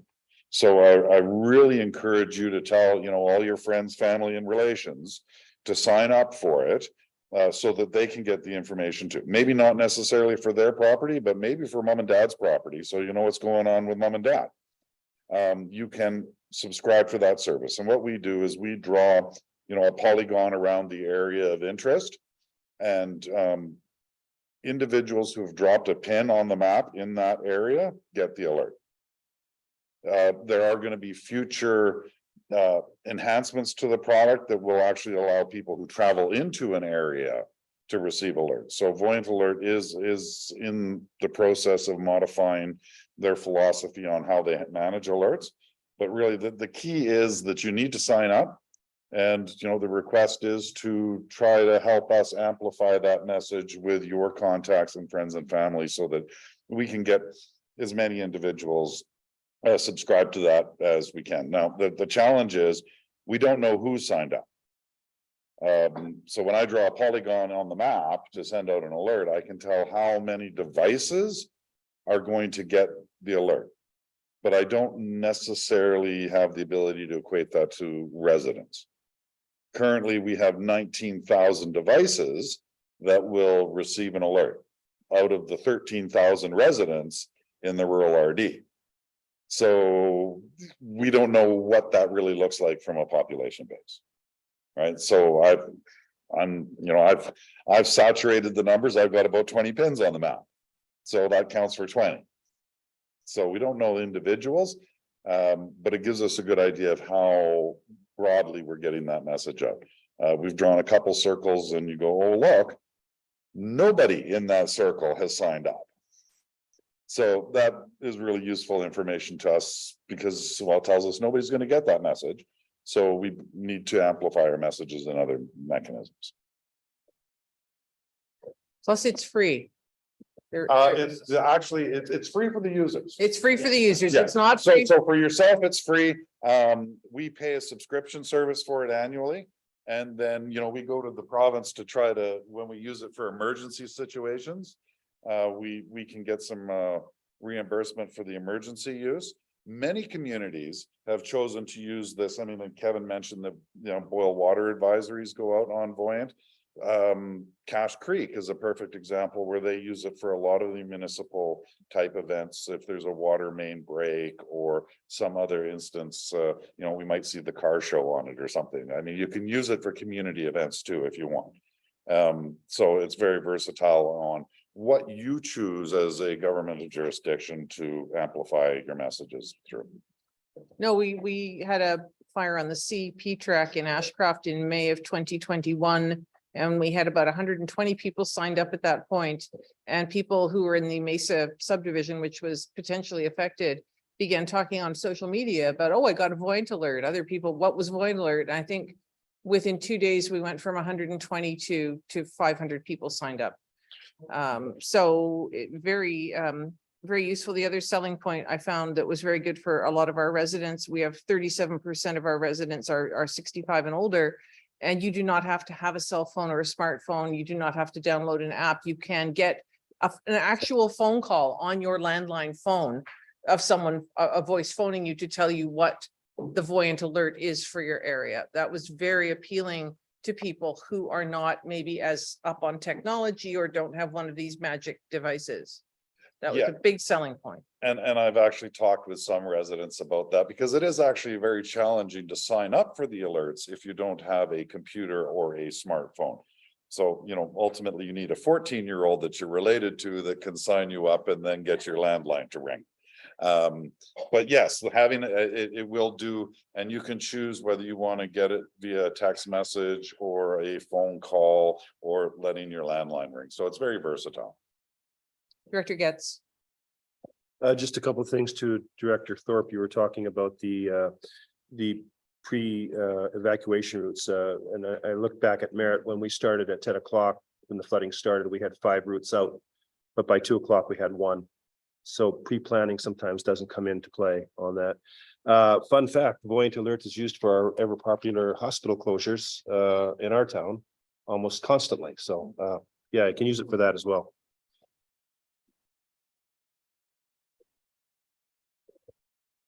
Thank you. So Mr. Morrison, does anyone else have any questions for Mr. Morrison from the man formerly from EMBC?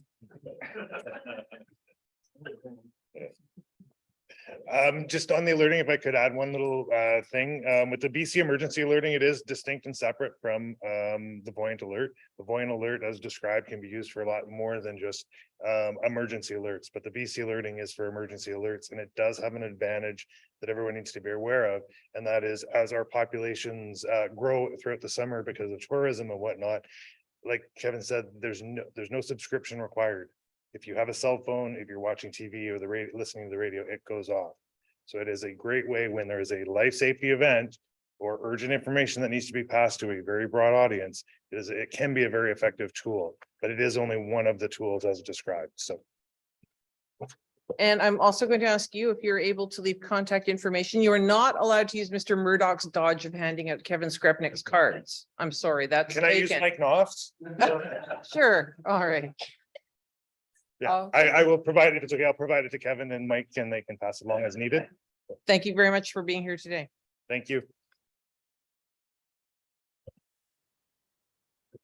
We are going to move, we're going to skip over for the moment, but not forget item 5.1. We're going to go to 5.2. A number of our Kamloops directors have to leave for another important engagement. So we're going to go to 5.2, which is the Regional Growth Strategy Review and Update. And then we will circle back to the Emergency Management Program update.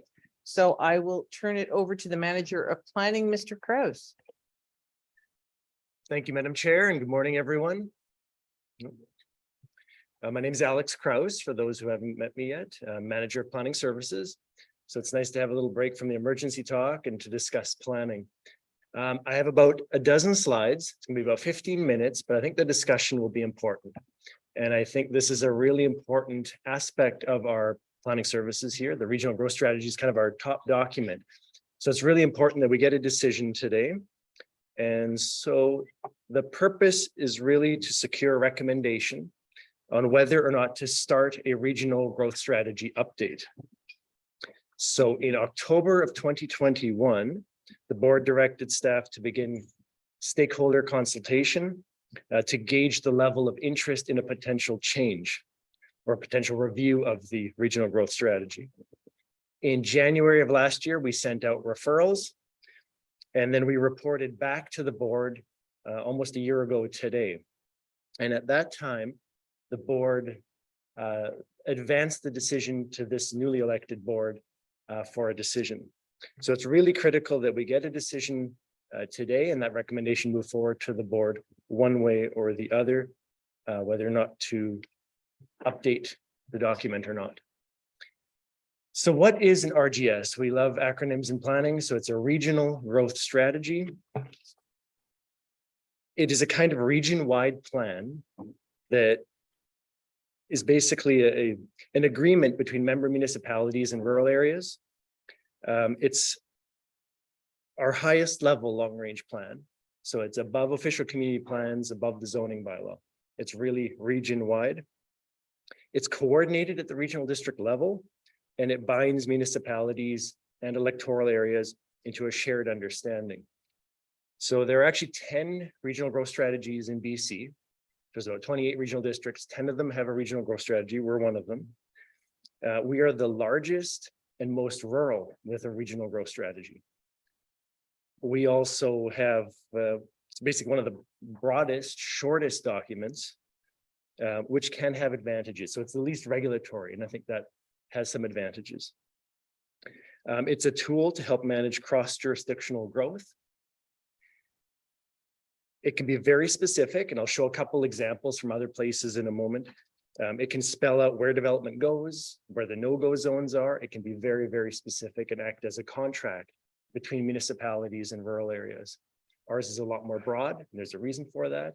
But the decision is whether or not to keep it broad or to make it more specific and go another route. There are consistency rules that we need to be aware of. So all official community plans in the member municipalities have to align with the regional growth strategy. So there's a regional context statement in each of your OCPs in the municipalities, and that has to tie back to the regional growth strategy. And any newly adopted official community plan in a municipality has to be referred to the regional district board, who decide and vote on the regional context statement. So they have to accept that statement before the member municipality can actually adopt their official community plan. And importantly, it's the highest threshold of consultation in law. So of all the plans we do, of all the amendments you see, zoning amendments, the regional growth strategy and updates to it are the most difficult, most onerous to amend. And we reached out to a few other regional districts just to see the timing on amendments that they've done. And we found it was between 2 to 8 years, depending on the type of amendment they're doing. And obviously there's a cost associated with that, which I'll mention in a moment. So a little bit about our regional growth strategy and kind of how we got here. So in the year 2000 is when we adopted the RGS initially. And we were actually one of the first, or the first, under the new legislation. Regional District of Nanaimo had one earlier. Sometimes they claim to be the first, but it was under previous legislation. So under the new legislation, I think we take the crown there. So in 2011, the board, so 11 years later, the board resolved to update the regional growth strategies. That was the first change. And we attempted to do it via a minor amendment. So it started as a minor amendment process. In 2012, the board approved 10 monitoring indicators. So things like housing, employment, population, and staff report that in a regional growth strategy monitoring report every 2 years. And you may recall in December, we brought forward that monitoring report last year.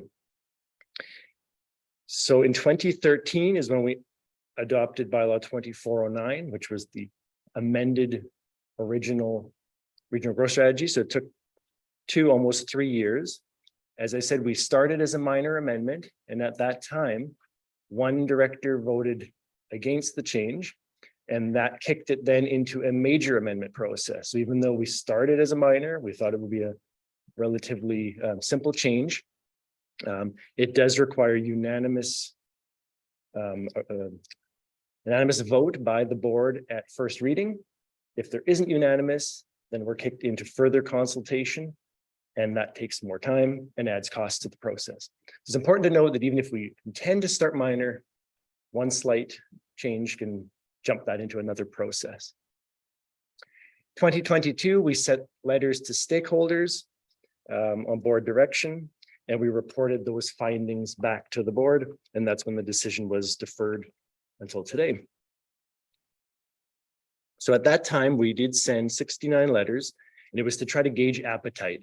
So the board can't change the regional growth strategy just on its own. There needs to be stakeholder input to determine whether or not a change is needed. So we sent it to each municipality, 44 Indigenous bands, 3 school districts in our region, and 10 provincial ministries.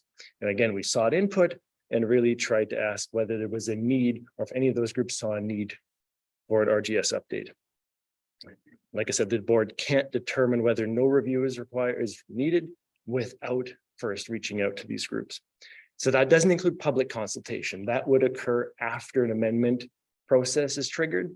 This was just to see whether we should even open it up or not. So we gave a little bit over 2 months and we received 6 responses total. 3 were in favor of an update now or last year, and 2 were in favor, but not at the present time. And 1 had no opinion on the update, but would be willing to support it if we were to proceed. So, and the summaries are in the report with specific wording. But I think these results really told us that there wasn't significant demand for immediate changes. And which brings us to the question is whether or not an update is warranted. And if it isn't, then we can leave it until 2027 and then revisit it again at the 5-year window. So we looked at it, and the current RGS really sets out sound policy. It is short and it's broad, but again, there's advantages to that.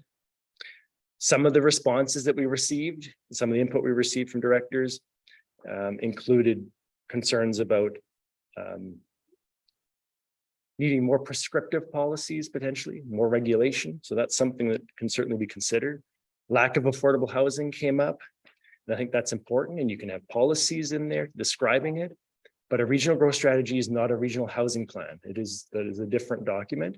So you can have policies in there, but it's not a regional housing plan. And on that note, we did review the existing RGS policy, and a lot of policies in that document already support the concept of having new residential areas or pockets of development in rural area. And I'll show some examples of it.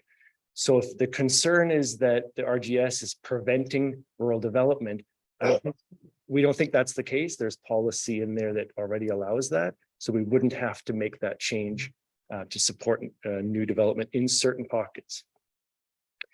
We do caution that the update process is onerous and costly, and I'll get to costs in a moment. One of the main things that you'll notice when you open the document is the first few pages starts with population stats, and those are outdated.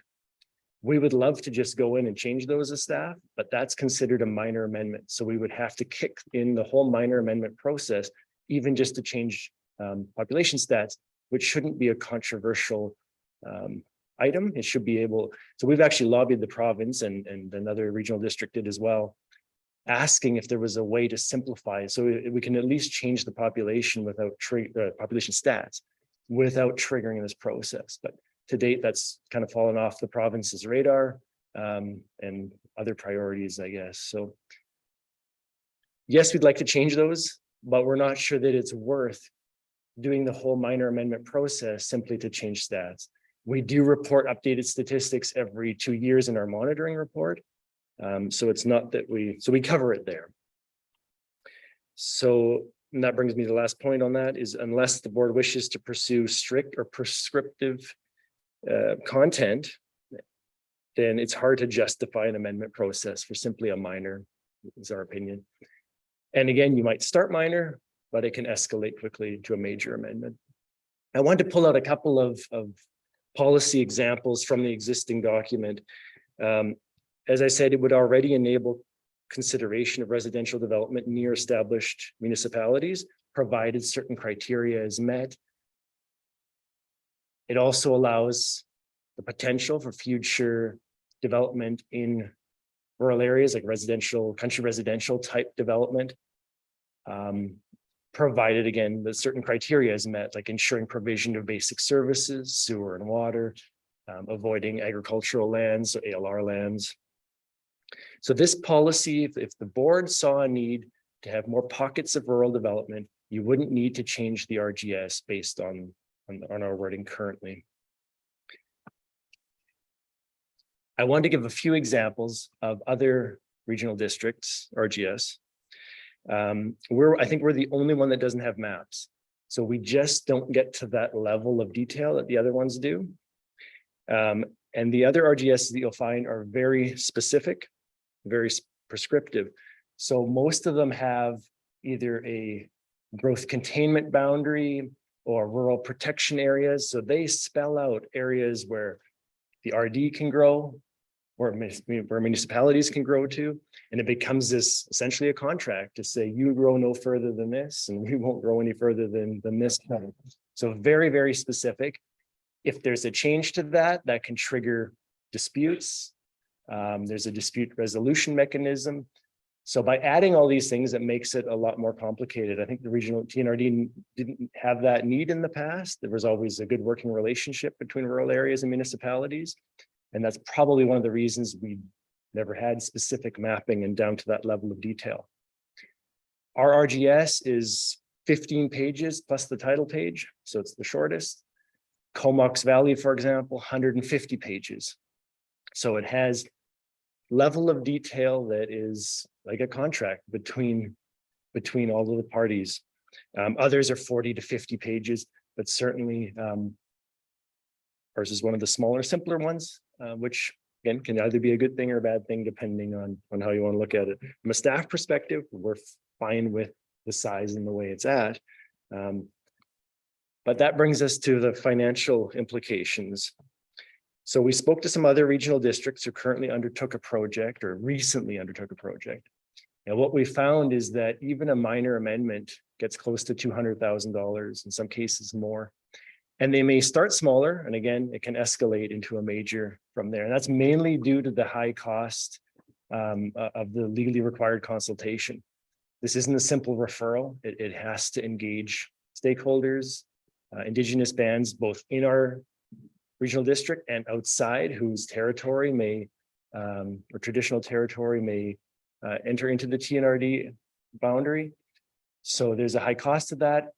And frankly, the project would have to be contracted out due to limited staff time and resources. Right now, I have 2.5 planners, so 2 full-time, 1 part-time, one's on leave. So we brought somebody back from retirement to cover the second spot. We're actively recruiting, but it is difficult finding qualified candidates. So we would have to get this consulted out to do that work, and consulting fees are not going down, they're going up. So, and in some cases, some of the RDs are spending close to $1 million for a whole brand new RGS, or at least a whole redo of their RGS. So I've tried in summary to boil it down to 2 main options, and they're not in any particular order. We either commence an RGS amendment and you direct staff to issue the RFP, and we budget to fund this moving forward. And we do have some money budgeted to get the project underway if the board directed us to do so. Another option is to just acknowledge that there's no review required at this time. You can do that. The board has to review it every 5 years, and review the question of whether or not to update the RGS, but you don't actually have to update it. So it's okay to say, we'll wait another 5 years and look at it then. And if we make that decision, we can also focus staff efforts on updating the official community plans. So we have 8 official community plans. Many of them are quite outdated, the oldest from the late 80s.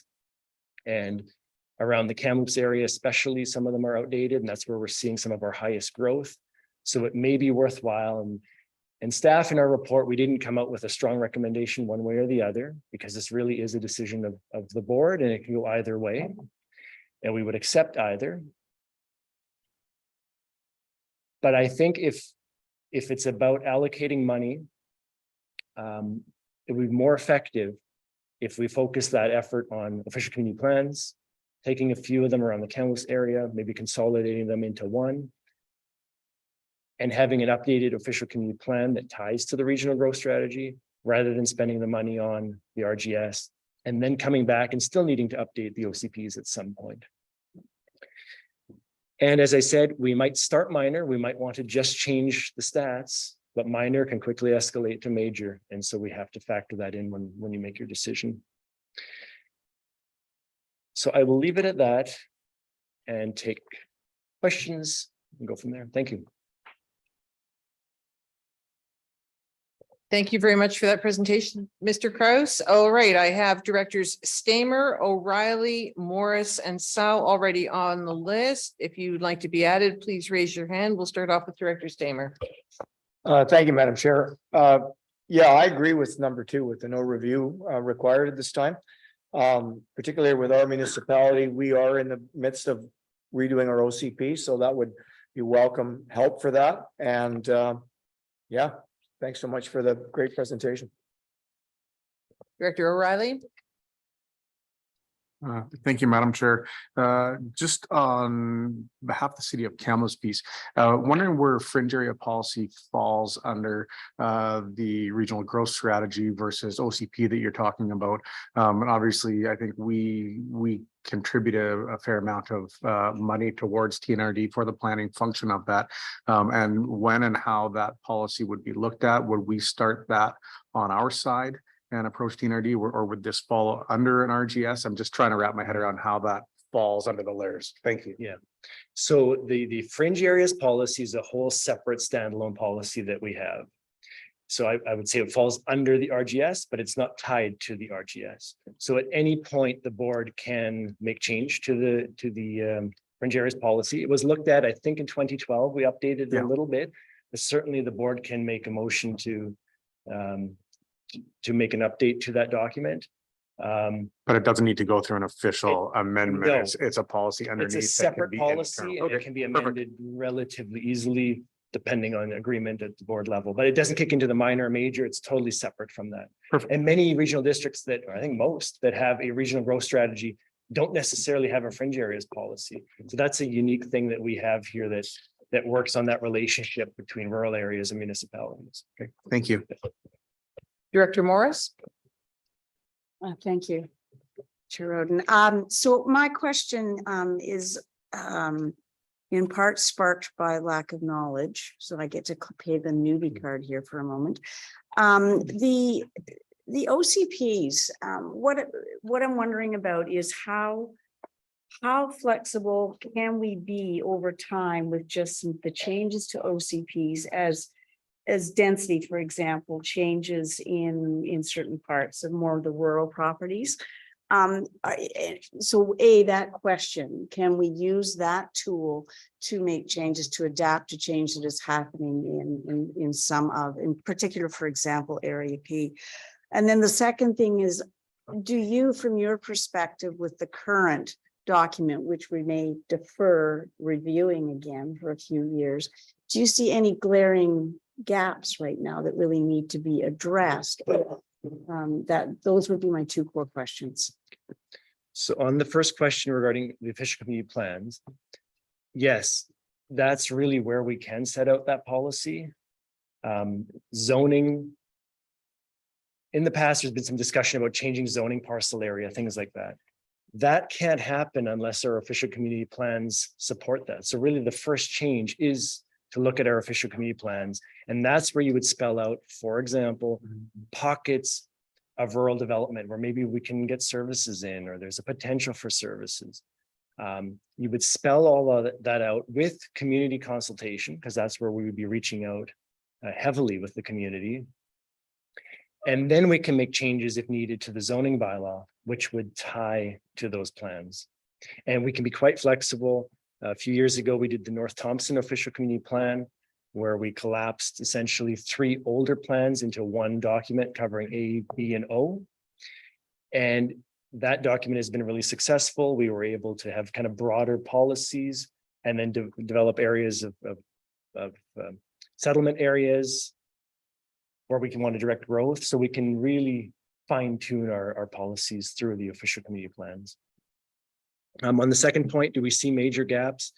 No, there's nothing specifically broken. Again, we'd love to fix the population stats because it looks quite outdated.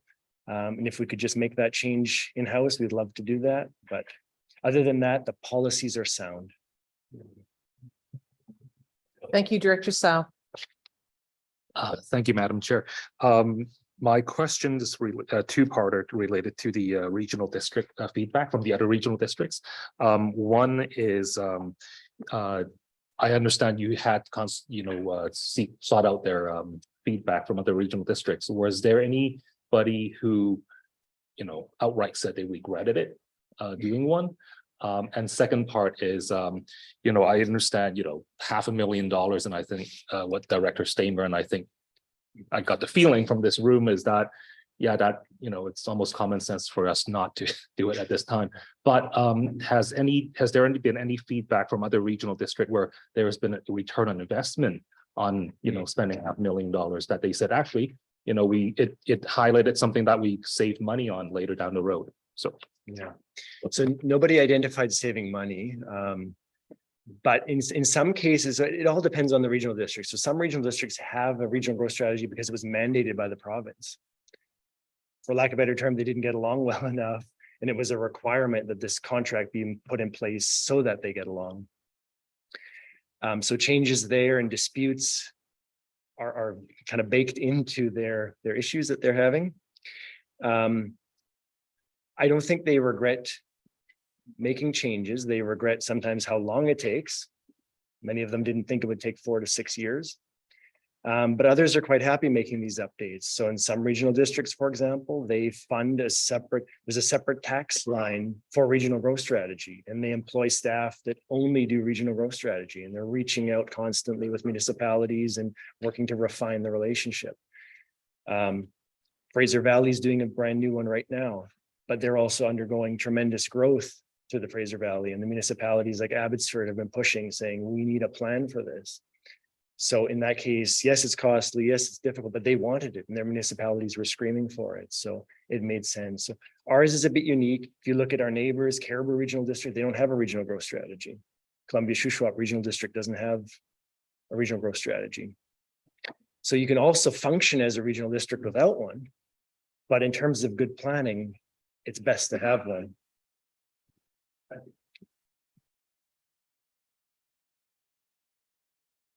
Are there any other questions for Mr. Kraus on the regional growth strategy? I would move option 2. Second. All right, we do have a motion on.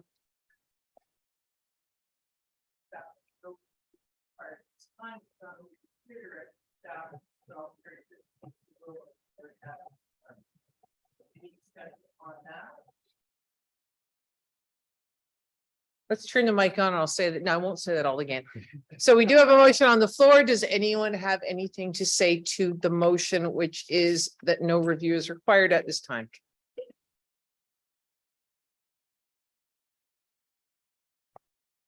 All right, on the motion then, which is that no review of our regional growth strategy is required at this time. All those in favor? Opposed, if any? Thank you. That is carried unanimously. Thank you.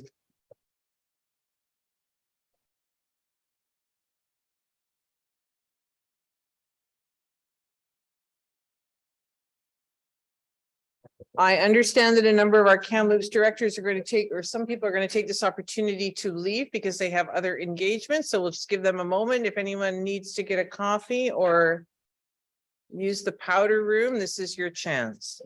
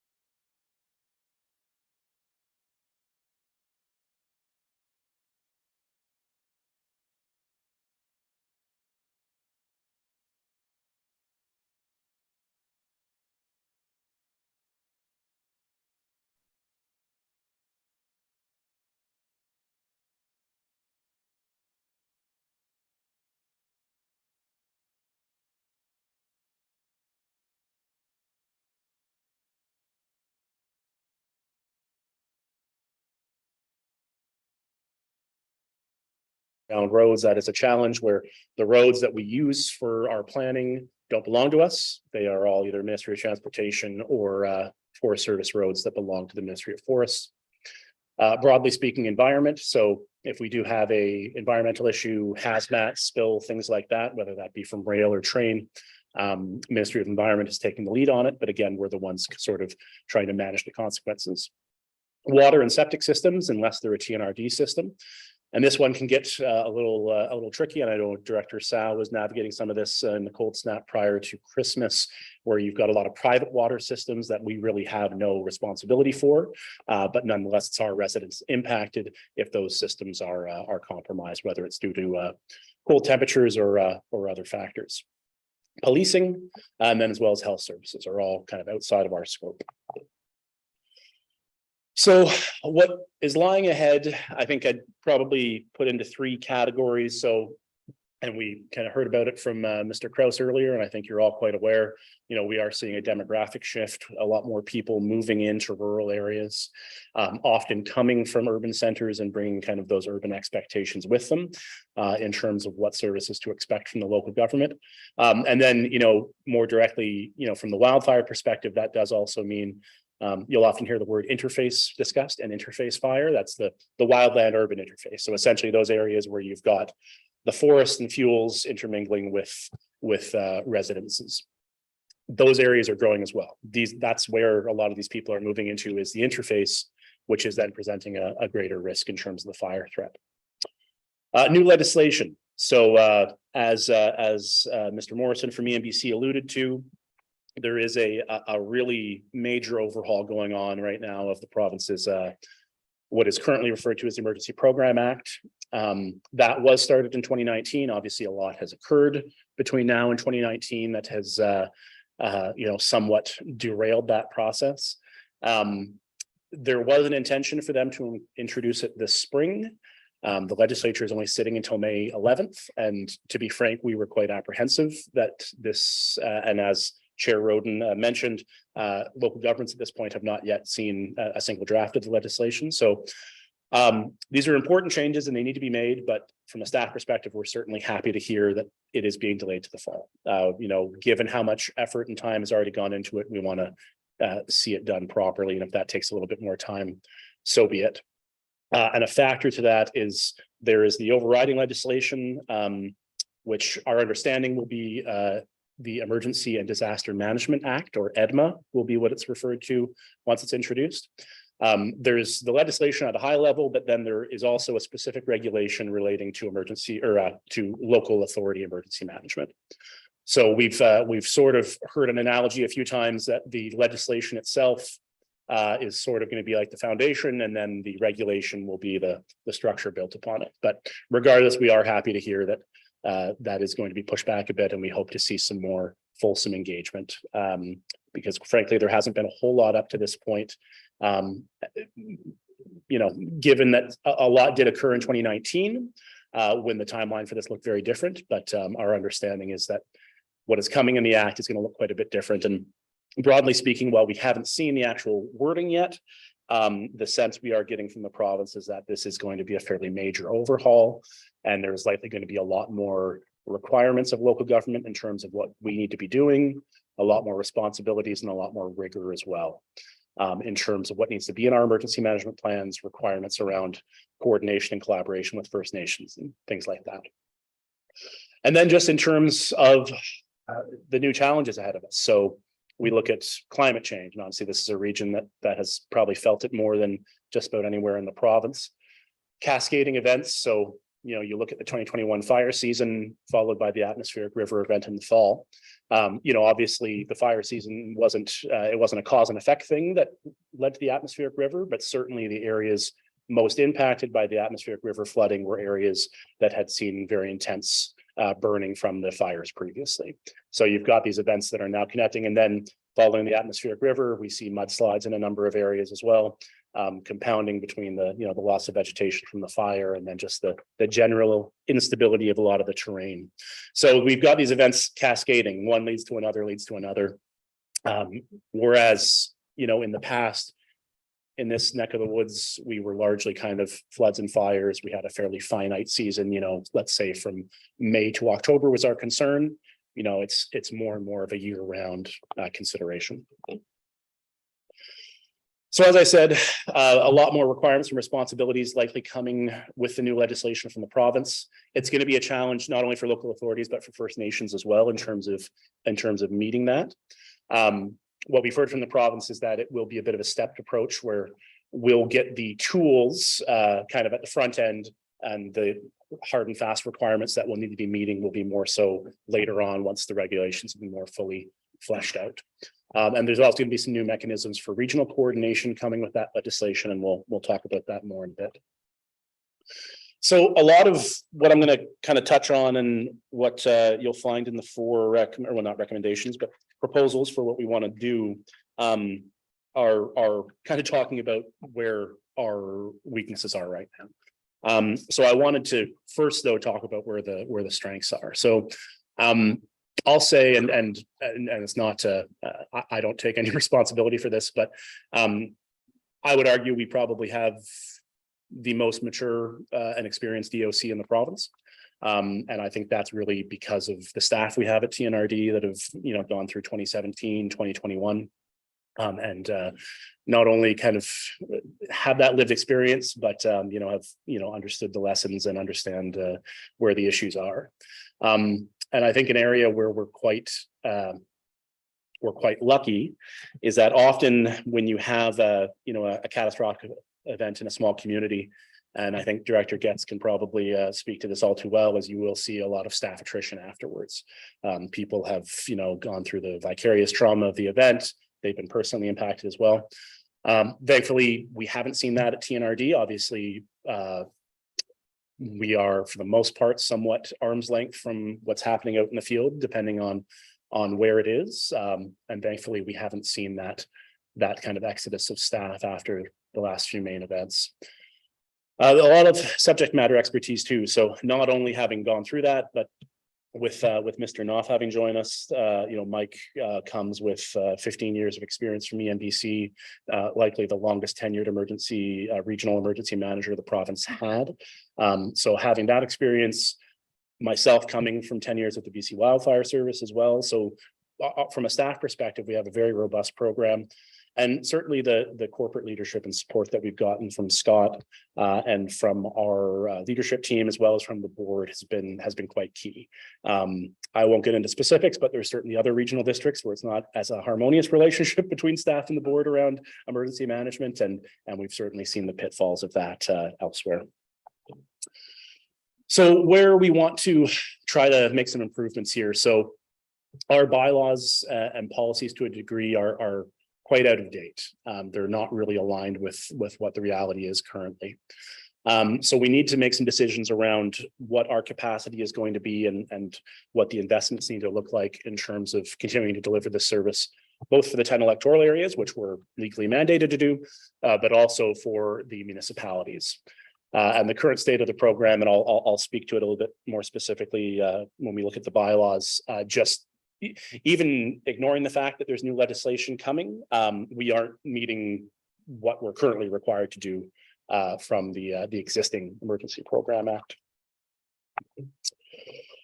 So in terms of the service we provide to the municipalities, generally speaking, emergency planning, in terms of all local authorities are required to have some sort of emergency plan on file. ESS team management, so emergency support services. So I'm sure folks are familiar with those. Those are the volunteers, typically in the blue shirts, who set up the evacuation and reception centers. Those are volunteers. So we have teams right now in most of the member municipalities to one degree or another. We're actually this weekend, a number of our volunteers as well as staff, we're heading up to Prince George for the annual ESS conference that's going to be happening up there. We were able to cover accommodations and registration for our volunteers. There'll be about a half dozen of them to attend. These are generally smaller ESS teams compared to, say, the city of Kamloops, where they're looking probably 100 plus volunteers. Ours are typically more, 10 if we're lucky, and usually built around a core team of a few people who are really kind of carrying that forward. Emergency training, so we aim to do multiple training sessions for each municipality every year. We bring in contractors as well as our own staff for that. A tricky one is around staff support. So if a municipality does have to activate an EOC, we are open to helping where we can, but of course it depends on our own capacity here. So certainly in 2021, as an example, we had zero capacity to try to support some of the municipal EOCs. We were able to, I'll use Clearwater as an example. Sherry Madden, who's our service coordinator up there, was able to kind of join the Clearwater EOC and help them. But that worked well because she was already physically there. But obviously we were all hands on deck with managing our own incidents here and supporting the village of Lytton, of course.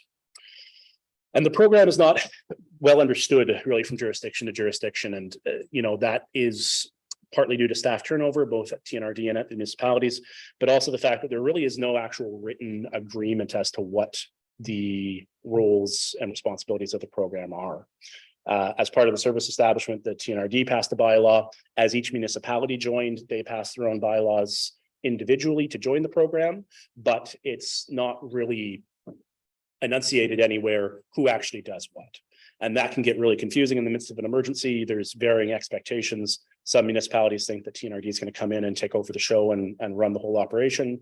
Others really, are pretty content to manage on their own, and they might come to us for things here and there. So we want to try to find a way to strike that balance. Our program currently, in terms of our funding from taxation, so a little over 200,000 being levied from the electoral areas. And 50,000 coming from the member municipalities, and that's shared proportionally amongst the 7 of them based on their taxes. So the current program, to be frank, is not sustainable with our current staff complement. If we were actually to be, say, looking at those municipal plans and updating them every year, we also have another 16 emergency plans for our electoral areas as well.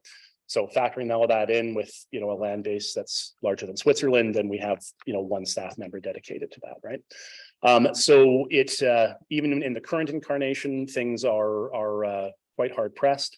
And certainly once the new legislation from the province comes, if it's anything like what we are kind of seeing indications of, it's going to become completely untenable to keep doing this with our current staff component, as well as supporting the municipality. So we are at a bit of a fork in the road, and that's why we wanted to kind of have an initial discussion here before we came with any kind of hard and fast recommendations for consideration.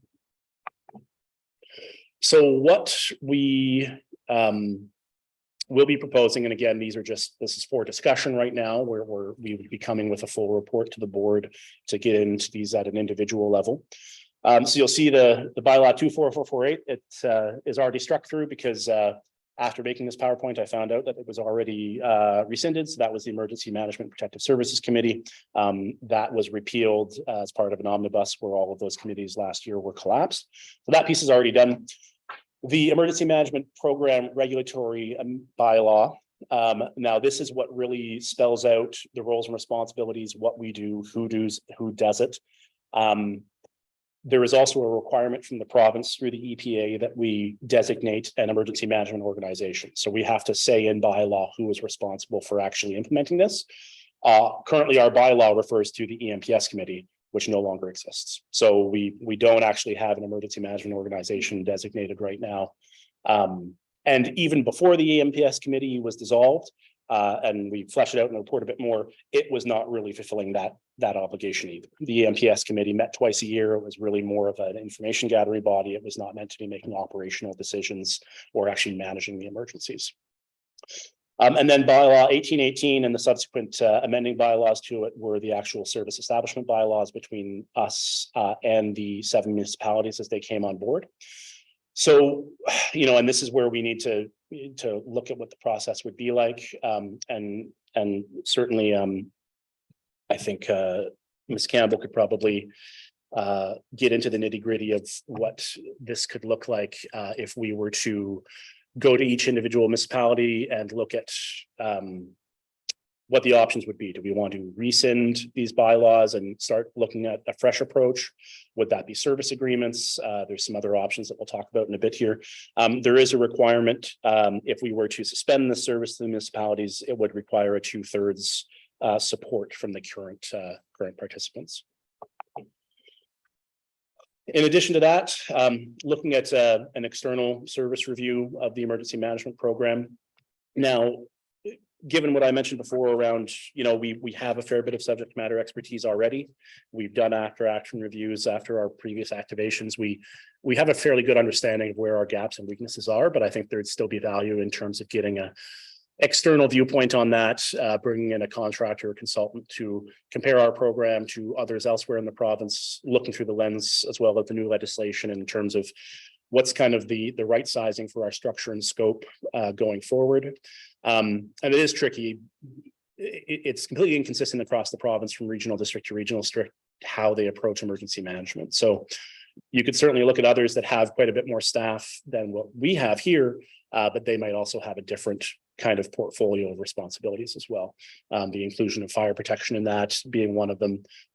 In some regional districts, you'll see the emergency program is actually part of the planning department. So it's kind of an apples to oranges comparison. So to get sort of a high level view of that would be an asset.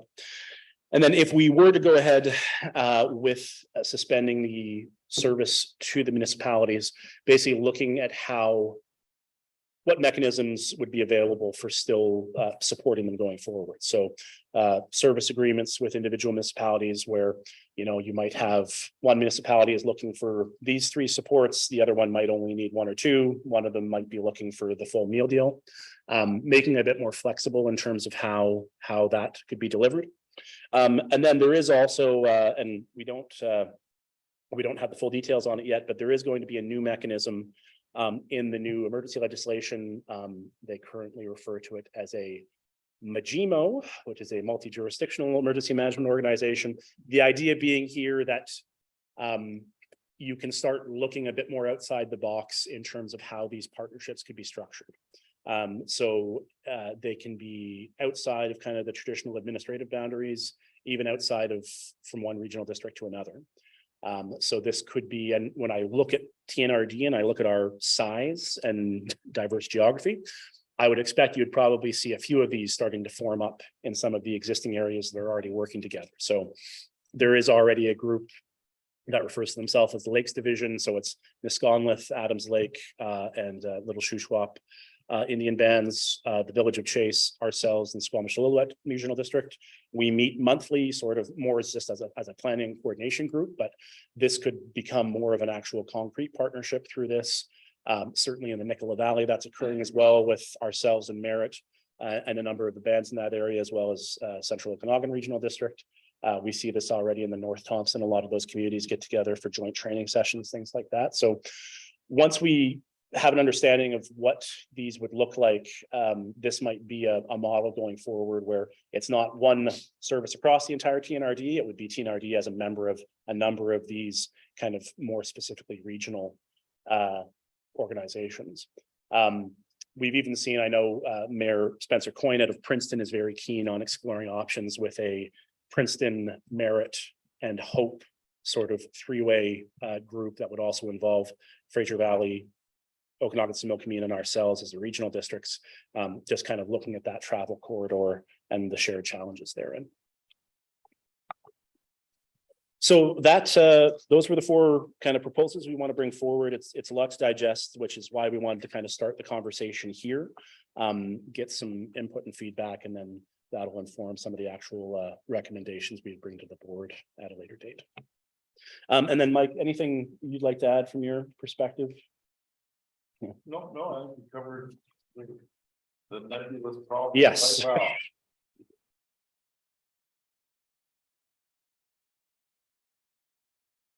Thank you. I have Director Laird and then Director Hamer Jackson. Anyone else? Director Houghton, I'll put you on the list. So Director Laird, go ahead. Thank you, Madam Chair. How do you foresee when you look, I just use the excuse me, the area around Merritt, area M, and how would the TNRD actually be responsible for putting that together and then managing it? Are you looking at have you done any thought around how that would possibly work? So I think it would likely be, I believe it would likely be the province through EMBC's central region. So Andrew's team would probably be the ones It might be us taking the initiative to start getting the ball rolling, but it would be the province likely setting the actual structure and kind of ensuring it's meeting what they're putting in place with this kind of new framework. Yeah. So like the existing group that meets there right now is really it's an excellent kind of mechanism for information sharing and things like that, but it's really just, you know, a meeting that takes place quarterly to share information and things like that. If it were to get into this actual kind of more formal establishment, you know, we'd start looking at roles and responsibilities, resource sharing. So, you know, if one, I'll use Tecumseh, the city and ourselves, you know, if one agency had to activate their EOC and the other ones had capacity, could we look at moving staff around to support them, things like that. So that's still a little bit, and Mike's word nebulous was actually an excellent one because we haven't really seen what that's going to look like. There are existing partnerships like that in place. The Central Okanagan is one that often gets thrown out. They have a regional program that all of their municipalities, as well as the West Bank First Nation, are part of. And so if there's an emergency in Peachland, for instance, the EOC is actually activated out of Kelowna, and that's where they kind of manage it from. Central Okanagan are very different than TNRD in terms of geography. They've got a fairly small regional district. You know, really you can drive from one end to the other, depending on the bridge traffic in an hour or so, and a huge tax base that works for them as well, right? There are some eccentricities there as well because they have an established agreement in place. When they move staff from one jurisdiction to another, they actually can't get compensated from the MPC for that because it's an existing service they have. The overtime and things like that are coverable, but the core wages aren't. So we also have to look at it through that perspective as well to ensure we can still recuperate costs when we're moving staff around. One more question. So how can you, like, there's going to be a coordinator, one person that looks after the geographical area. Would that coordinator be a provincial cost or would that be a regional district cost? It's a reasonable question. I don't think I have a reasonable answer for it. Yeah, that's to be determined. I think it would likely be up to those individual organizations could look like it could be an existing position. Say we're looking at the Nicola Valley, maybe it's out of merit and there's a bit of a funding model in place where the other jurisdictions are helping cover to pay for that position. I think there'll probably be some leeway there in terms of what that looks like. Having said that, I don't think the province is going to be funding it whole cloth. Yeah. That would be a wishful thought. Yeah, and that's a question a number of local authorities and First Nations have put to the provinces. You know, this new act is necessary and there's a lot of important changes in here, but how are we going to fund this? Yeah. And you know, the dribs and drabs of whether or not you get a grant one year to another isn't going to fund, you know, full-time staff positions that would be necessary to deliver a lot of this. So that's definitely on our minds. Thank you. Something I raised in Kelowna at the LGLA was, don't make us play the grant finding cage fight match to battle other communities to apply for grants, because there are winners and losers. And how do you really tell someone, well, I know you applied for a grant for this crucial piece of emergency legislation in, you know, enactment, but sorry, you didn't get it. So Director Hamer Jackson, and then I have Director Houghton. Yeah, I don't know if this is the place to ask this question, but I do recall when the floods happened in Merritt and a lot of people were coming into Kamloops, and we have 150 or better emergency shelters. And I believe that no one was able to access any. They're sponsored by, or they're run by the CMHA. And I believe like a lot of people had to go to Sun Peaks or Vernon or wherever else. And apparently none of those emergency shelter beds were available from what I understand. And you know, I'm just wondering if that's been addressed at all, or, you know, because like I said, I know a lot of people from Merritt, they came to Kamloops and then they weren't able to access any of our emergency shelters. So I don't know, is that being rectified or looked at or anything like that? Yeah, so the province is looking and trying to do as much kind of pre-planning as possible around kind of the group lodging kind of shelter approach. And I know that they have been doing some work with the city of Kamloops as well as others, recognizing that obviously Kamloops is going to be a pretty major regional host if we have stuff kind of happening in the other areas. So yeah, that'd be a question probably best for city staff in the province in terms of what that's looking like. We're part of those conversations, but really we're more so people sending the evacuees to Kamloops. We do have a memorandum of understanding with the city. The Kamloops has a paid position that primarily is supporting emergency support services in the community development department. So we fund about a third of that position. As part of that, they help support our teams, and we kind of work in coordination from there. And certainly, I think with the Merritt example, and it goes to show our kind of usual thoughts around when the hazard season are shifting, right? In the summertime, usually there's a bit more lead time. We know it's fire season. We can expect that there's going to be some things to happen, but to have an event like that happen so suddenly in November, when traditionally, there's maybe a lower level of organization in place, I think there was a lot of struggles stemming from that, certainly. Okay. So at this point, because that was a little bit ago, have you had any update from Kamloops? And I should probably know this because I'm the mayor of Kamloops, but there was and Mike, I know there was a discussion within the last few weeks. Yeah.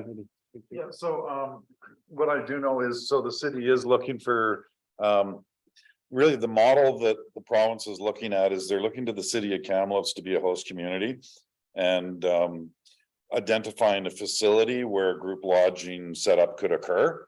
And then they're also doing a request for supply agreement. I think it's on BC bid for agencies to run said group lodging facilities, because the current complement of emergency support services volunteers, they're really good at doing that initial registration and referral and working, through commercial accommodations and getting people those immediate needs.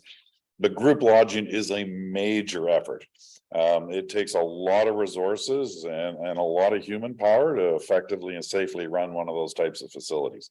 So it's going to be a partnership between the host communities, so the city of Kamloops, Kelowna, Penticton, where they're going to identify facilities, and then other resources to come in and help run those facilities for a group lodging. So that's the model that they're talking about, and I know that those conversations are currently underway. thanks. So I guess I better talk to our CEO about that, eh? Yeah, or Will Beatty, the EPC, he's involved in those conversations as well. But I guess, I'm sorry. But at this point here, if there are, doesn't sound like we're set up for it right now. We are not set up for it now. Okay. And because there's a lot of moving pieces. Previous, the last group lodging plan was for the curling rink at Mac Island. But when we look at Mac Island, it doesn't have suitable sanitation and shower facilities. So those resources need to be brought in with shower and wash cars sort of thing. So there's a bunch of moving pieces, and that planning does sit with the province. And historically, for spring flooding or Frechette, we don't see huge evacuations. I mean, the atmospheric river was certainly required a lot of supports, but that's not a spring flood. So we don't generally see huge populations moving for Frechette. It's really fire season where that becomes a much needed resource. So the planning, yep, we've been pushing them with a stick, hurry up, hurry up, hurry up. Because, ultimately, the city of Kamloops has done this historically and they've shined. And they want to continue to shine. Nobody wants to see a host community fail because you know what they're going to say. I mean, nobody's going to say, oh, well, it was somebody else's fault. The finger will be pointing at those host communities. So it's really important that those facilities succeed. Director Houghton, then Director Getz. Thanks, Madam Chair. Being that fires don't have stop at boundaries of regional districts, does the Thompson-Nicola Regional District, the Caribou Regional District, and Columbia-Shuswap Regional District have a common working agreement or a common way of I'm not thinking about evacuations and getting people out. It's, you think back to the fire of 2017, that was allowing people back in to keep functioning, whether it be a forest company or ranch. Do those three regional districts, and the reason I'm picking those three, I look at two major ranches that have major holdings in all three, and that's Douglas Lake Cattle Company and Blue Goose Cattle Company, that have movement between the three regional districts. Do we have a common agreement of how we let people out and how we get people back in and how we're going to function? So Kevin Boone from BC Cattlemen's really kind of championed a program in 2017 at a Caribou in terms of access specifically for agricultural producers and things like that. So we adopted that in 2021 and it was quite successful. It worked well. There were no major issues in terms of it becoming a, it didn't lead to any safety issues, I'll put it that way. That model, I know Mr. Boone has certainly been shopping that around to other governments, trying to get them on board. So there's some consistency.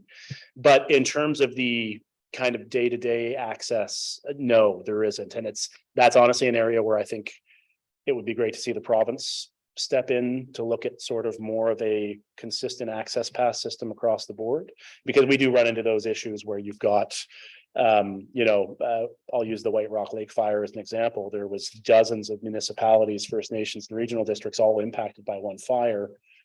In terms of how access was managed, there's different expectations from one regional district to another, different pieces of paperwork, things like that. So on the specifically on the cattle front, it's getting better.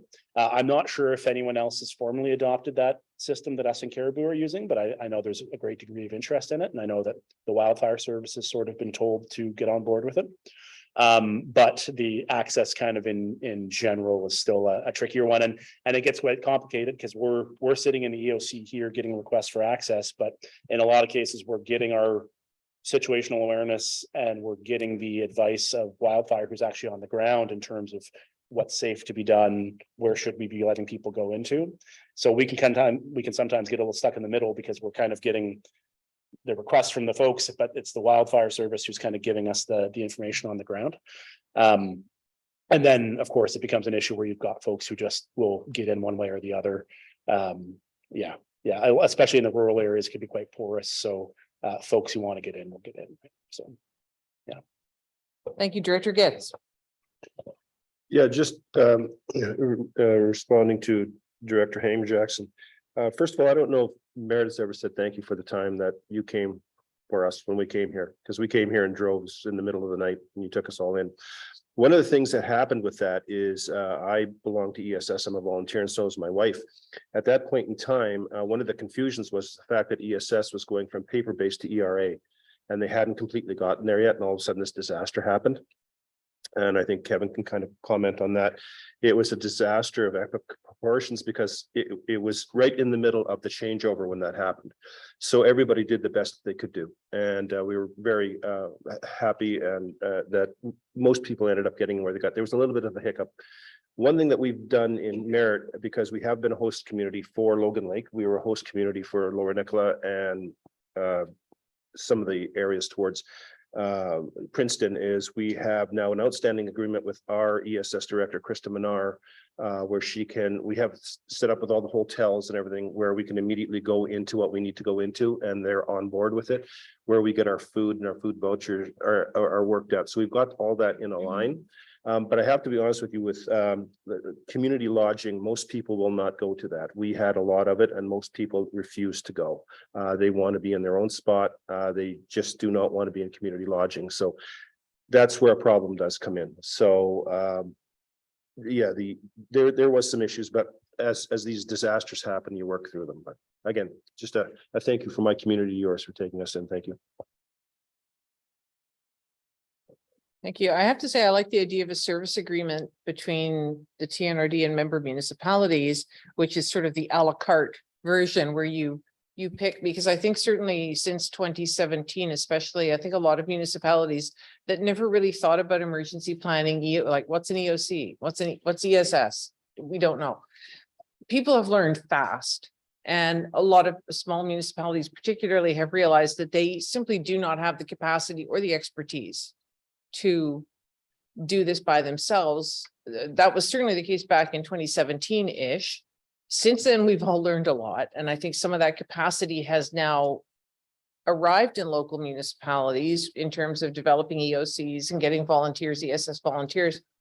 But no, I do like the idea of having the TNRD there as, you know, the backstop to supply the maybe one or two things that your community can't do or just can't stretch to at this time. Just my 2 cents worth. Anyone else have any comments? Director Laird? I know that you're quite familiar with allowing people back in. We had quite a conversation with people that had left Lower Nicola, that they had animals, they had chickens they had out that left behind. And it was almost impossible to allow them back in to look after their own animals. Couple of situations I did get in, but you were telling me that it's Wildfire BC that we would the ability to have a permitting system to allow people in to look after their livestock or whatever they have. Well, legally, it is our call whether folks can go back or not. And I'll be frank, there was a few times in 2021 where we were definitely at odds with wildfire around some of that. There were situations where areas were they wanted to see restricted that we wanted to start getting people back into. So yeah, we certainly, we can issue the permits as we see fit. And generally speaking, the folks at the checkpoints are reporting into our EOC from the security perspective, but especially in a year like 2021, in all likelihood, we're not going to have a field presence there. So we need to be getting that guidance from someone who's out there and can tell us what the situation is. So it's a bit of a balancing act. The short answer is, yeah, we can permit anyone we want to go in there. It's just doing so safely and doing it kind of in conjunction with the, you know, other partner agencies that are involved. Yeah. And I think the Lower Nicola one particularly is an example where you see the real challenges of going straight to an evacuation order. There was no alert when that cold front came through. It went right to an order, and it left a lot of people in the lurch. And I know there was a lot of animals that perished as a result because they couldn't get evacuated in time. And it's one of those things in hindsight where when I look at 2021, one of my biggest where I questioned myself was that we maybe should have pushed back on that order a bit more, but it was a chaotic weekend and fires were going off all over the place, right? So yeah, no, it's a tricky one. Just what happens then is there's another evacuation notice. People won't leave if they have animals. Yeah. They'll say it, you know, it's what happened last time. I went out, did the evacuation notice, and you know, nothing could happen. So they just stay behind them. Mr. Vera? Yeah, just to add in on this, and maybe this is probably what Kevin was going to say as well, is that's just so the board's aware, that's always our struggle within the EOC. As Kevin mentioned, you know, we're having discussions and pushback with wildfire based on the recommendations, because we're ultimately having the authority and making the call, whether it's an alert or whether it's an order, and whether or not to issue any passes, because whether it's safe or not. But yet we're sitting here in this room trying to make that decision. But I think it's important, and risk of repeating myself, we really do ask a lot of questions and push back against wildfire. And one of the big keys is that exactly what you said, Director Laird. We don't want to have frivolous evacuation alerts or order, they're disregarded, but then we're balancing on the other hand of not having an order too late and people, you know, running for their lives. So it's a very delicate thing, and it depends on case to case scenario. And you know, if I could be so blunt, as it probably also very much depends on which wildfire staff are on site at the time, how knowledgeable they are of the local area. Especially in 2017, you had people from all over the province who didn't know the roads, didn't know the communities. So when you have a guy like Hugh that was here who knows the local area, it's a lot easier to have those discussions, but someone else maybe, from Prince George who comes down here, just draws a circle on a map in 12 seconds and hands it to their communications person to call Kevin and say, this is the evacuation order area they're recommending. And that's as much thought as they put into it. And that's when we say, no, you haven't looked at this yet. So, yeah. Thank you. I have Director Thorpe. Thank you, Chair Roden. I think that there's another issue that we need to look at here when we're talking about allowing people back in, is there's two sets of rules. The way I understand it, there is a set for commercial operations where they can get a police escort to get in and get their animals or take care of them. And then there's the hobby farms.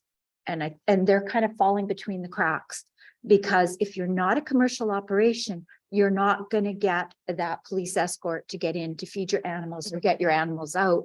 And so then you end up in a situation that Director Laird is referring to, or you end up with a hobby farmer that is really desperate to get them out and goes rogue or does something not quite legal. I have no idea. No, and Director Thorpe, no, and that is definitely a gap, and that process that we were discussing through BC Cattlemen's, that is strictly based around folks who have premises ID, things like that. So it is, it's, well, there's also been some changes. Maybe Mike can, we're just, agriculture has also made some. Yeah, agriculture is, and one of the big keys, and this is really a gap in education, is under an alert. And assuming we have the luxury of getting into an alert stage before we go to an order. Under an alert, there are supports for commercial operators to evacuate their livestock. So, really, this is an education piece that really needs to get out there so that, people understand that under an alert is the time to start moving your agricultural animals. There is really a gap for folks who are not commercial operators. The province looks at the individuals with a horse and a cow as having pets. So there is no actual financial supports for evacuating those livestock. So the policy plays all over. There are other service providers that we can count on. So if we get into the alert stage, organizations like, excuse the acronyms, CDART, the Canadian Disaster Animal Rescue Team, and the SPCA and 4PAWS. So there is a bunch of players in that space. And that is one of the solutions that we look for. When we talk about re-entry, we've seen re-entry requests from everything for, I've got 100 head of cattle to I need to water my houseplants and everything in between. So it becomes a judgment on who and who does not go in. And for a lot of the cases where we need to, feed the fish and get the cats and the dogs and that, those are where we can count on CDART, who can work on behalf of a government and gather and rescue those animals as opposed to letting everybody in to go chase their cat.